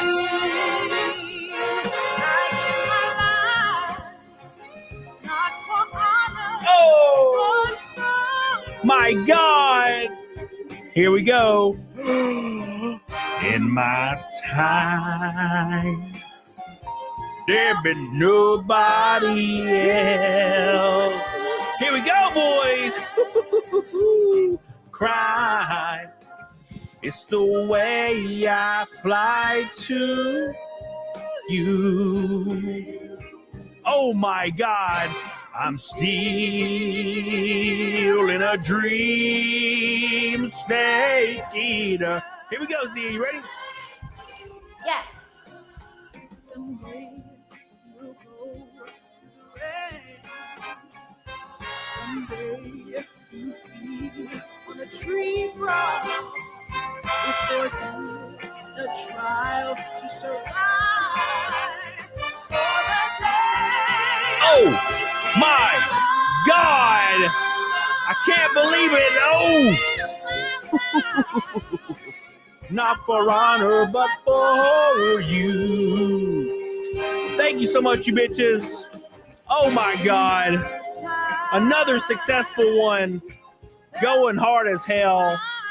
Look at the Poe pad. He's even got the Poe pad out. Look at it. Yeah. This is how you party. Shoulders looking a little bit better. Thanks, buddy. Better to give you a hand job with. Oh my God. Make sure, Sonia, you in the chat, you're spamming all the links for my boys. Zia's almost to that 7,000 subs. I'm getting so close. We're having a lot of fun. Make sure you go watch her show.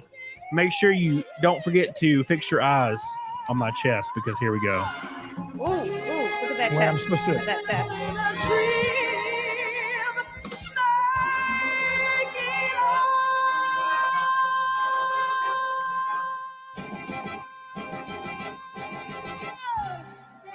Amazing. Thank you guys so much. I think I saw Nick's boobs jiggling a little. A little bit. Ooh, You're doing it. Ooh, hey. I didn't do it. I don't He's know the doing fucking. it. I never knew the timing. Oh my God. I can't believe another person. Wait, who did it? I think Do it. I think Mint could flex her titties like that. Mint could flex her titties? I think so. I think I remember her titties doing that. Did you have Drex on for this shit? I've had. Oh, he's definitely flexed his titty. He was on with me.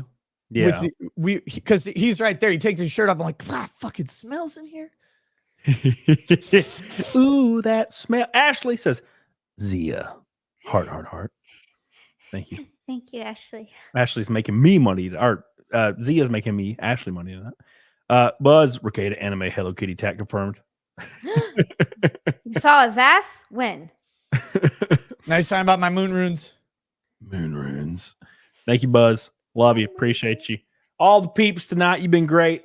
I'm going to pour me some fight milk. I'm going to down that bitch, and we're going to call it a night. 50 likes from 600. Get on it, doggone it. We had 800 people in here earlier watching Alex Stein. A lot of fun. I appreciate you guys, and I appreciate Alex for coming on. Was an insane show. I don't know what I'm going to do with this water. I don't want to gargle it because it's going to be painful when I have to do. Here, I'll just pour it in this monster. Beep, beep, beep, beep, beep. Fucking hell. The fucking cork topper came. The cork stuck. I got to get pliers for that one. Different whiskey. I hate when that shit happens, man. I hate when that happens, man. Oh my God. Taking another tote. Lambda. Appreciate you, dude. Pat T, Deep Fish. Appreciate you guys. It's time for some of this fight milk. Jack Daniels is whiskey, yes? I will say. The last time I drank whiskey, I got so fucked up. I passed out, and the guy that I was dating threw up in my hair. I feel like I told this story already. Oh my God. He threw up in my hair. It's disgusting. These eggs have been sitting on my floor for 3 weeks. I hope that they're fine. Oh, that'll be good. Yeah. We'll see what happens. Yeah, they'll be fine. If they smell the fucking shell. Like it's so squishy. If you don't do smell like get heavy sick, sulfur, you're fine. It'll help your cut. You're good. Yeah, they don't smell bad. I remember when I was deep very in my runny. Eating disorder, I would hope to get food poisoning or the stomach flu just so I would throw up and I wouldn't eat for like a week. My God. Oh, look at that shell. It's so big. No. Well, we'll see what happens. Did I tell you that It's a Gundam said he was going to come on my show and I'd have no idea to contact him? Wait. Anna can contact him. Oh, I already know that. I've tried. Me and him were on. We were on with Drinker the other night. We had an awesome show. It was fun. I mean, it was literally me and It's a Gundam going back and forth, just being depressed, and it was hilarious. And everybody was like, "Dude, you need to go on a show with It's Gundam. That was awesome." And It's a Gundam on Twitter was like, "Dude, I'm down." And I'm like, "Well, now how the fuck we gonna set this up?" Wait, is he still on Twitter? How come you can't set up with him? You have Twitter now too. I can't DM him. Like, well, I mean, no, you don't have Twitter, but your booking agent does. Well, you can't DM him, like, because he has to follow that account. So tag him. Have your booking agent tag him. I've done it. This is bullshit. I'll get him. I'll get him one day. We'll have a good show. I just really want it to happen because I like his. I watch every fucking video he puts out. So I'm like, fuck. I want him on my show. He's fun. All right. It's time. Oh wait, whiskey. just a hair of Woodford. I have it on for this occasion only. 24 keenies in a row. Here we go. Pour a little bit of that sauce in there. Yeah, that's fun. And we're gonna do some delicious fight milk. Appreciate you guys so much. Yeah, I don't have milk or eggs. I love you. Me I appreciate neither. you. Duck Dangerously, you the man. No, I We'll have eggs. get Pokemon on. Pokemon would never come on. Just my drink fucking eggs. show. Yeah, it's fine. It's fine. It's fine. Don't worry about it. It's time for some fight milk, boys. I'll crack an egg on my ass before I'll drink it. Mud on Rumble with a $100 Rumble rant. Appreciate you. Patrick T, Cycle Crusher, Kristen McGough, Jeff, Gobble Gobble, Gabriel Knott, Johan Oxo, Slosher, Urian Sandboard, Dralis, Magnum Norris, Rakin, Ashley, Eric Liniger, Noah, Billy Hatch. You guys are freaking goated. We knocked it out of the park again. We can't be defeated on the Camel Thoughts and Camel Cast. I appreciate you guys so much. It's time for Fight Milk. Thank you guys. Very, very thankful for all these people in the chat. If it wasn't for you, I'd be nothing. I appreciate you guys. Sean, my boy. How you doing, dude? Here we go. It's time for some Fight Milk. Nick's going to slam his drink. I'm going to slam this Fight Milk. We're going to have a good time. I'll see you guys in the next one. Get the hell on it. Doggone it. Ready, Nick? Yep. There you go.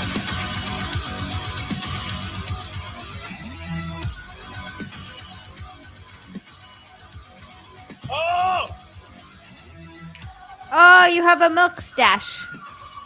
That's not milk, Zia. I knew it. Oh, this taste is weird, man. Oh no. Do you have bad eggs? Oh, I don't know, man. Oh my God. If you throw up, you'll just get skinnier. That's true. I'm telling you. All of that today's 15 tablespoons of egg whites and 8 ounces of grilled chicken and rice today. It's all bad. You gotta eat more after this. No. Thank you guys so much. I love you guys. I appreciate you guys. If I get sick, it's all good. Follow me on Locals. Follow Nick Ricada. Follow Zia Land. I appreciate you guys so much. Make sure you like in real life. Clyde Do Something said, I missed Stein 99, bro. He'll be back. We had a great show. Love you guys. You guys are goated. Anything any of y'all want to add? I love all of you so much. Thanks for letting me come on the show. I do have a couple people that I need to thank. I couldn't have done this without my mom. My mom, what really happened was, like 9 months of time went by and then I walked out and from then on it was pretty much just me. You say you walked out? Yeah. I actually almost did. Like, the nurse was like holding me in for the doctor to like get into the room and be ready. My mom's like, this baby's coming out. And they're like, nah, you'll be fine. There's holy shit, like holding me down there. And the doctor's coming in. He's like, he didn't have to do anything. He should have got paid for that delivery. I was doing other job calling people about their Windows problems. I will get him. It's like, Jesus. Damn. Ryan with a $2 super chat. His first super chat ever on a live stream. Thank you, dude. Appreciate that, man. Thank you for choosing my dumb ass. I don't know why you did, but I love you. Thank you, Ryan. I appreciate you guys. I'll see you guys tomorrow. Not tomorrow. What is tomorrow? Sunday. I might do a show Sunday. I don't know. But I will see you guys in the future. I'm on Elijah Safer's show Monday, so I won't be on a show. Oh, that'll be fun. Oh, yes. And then Wednesday we have a really spicy guest. It's gonna be really fun, so I'm excited. Ooh, spicy? Yeah. He messaged me and was like, hey man, I'd love to be on your show. I think you're fun, but I do understand that if me coming on your show might cause some bullshit to happen. And I'm like, don't go fuck. Let's have fun. So shit. It's gonna be a lot of fun. So we'll just talk about bullshit. Get the hell on it, doggone it. I appreciate you guys so much. Billy Hatcher, you need to go in your thing or message support so I can start raiding you, my friend.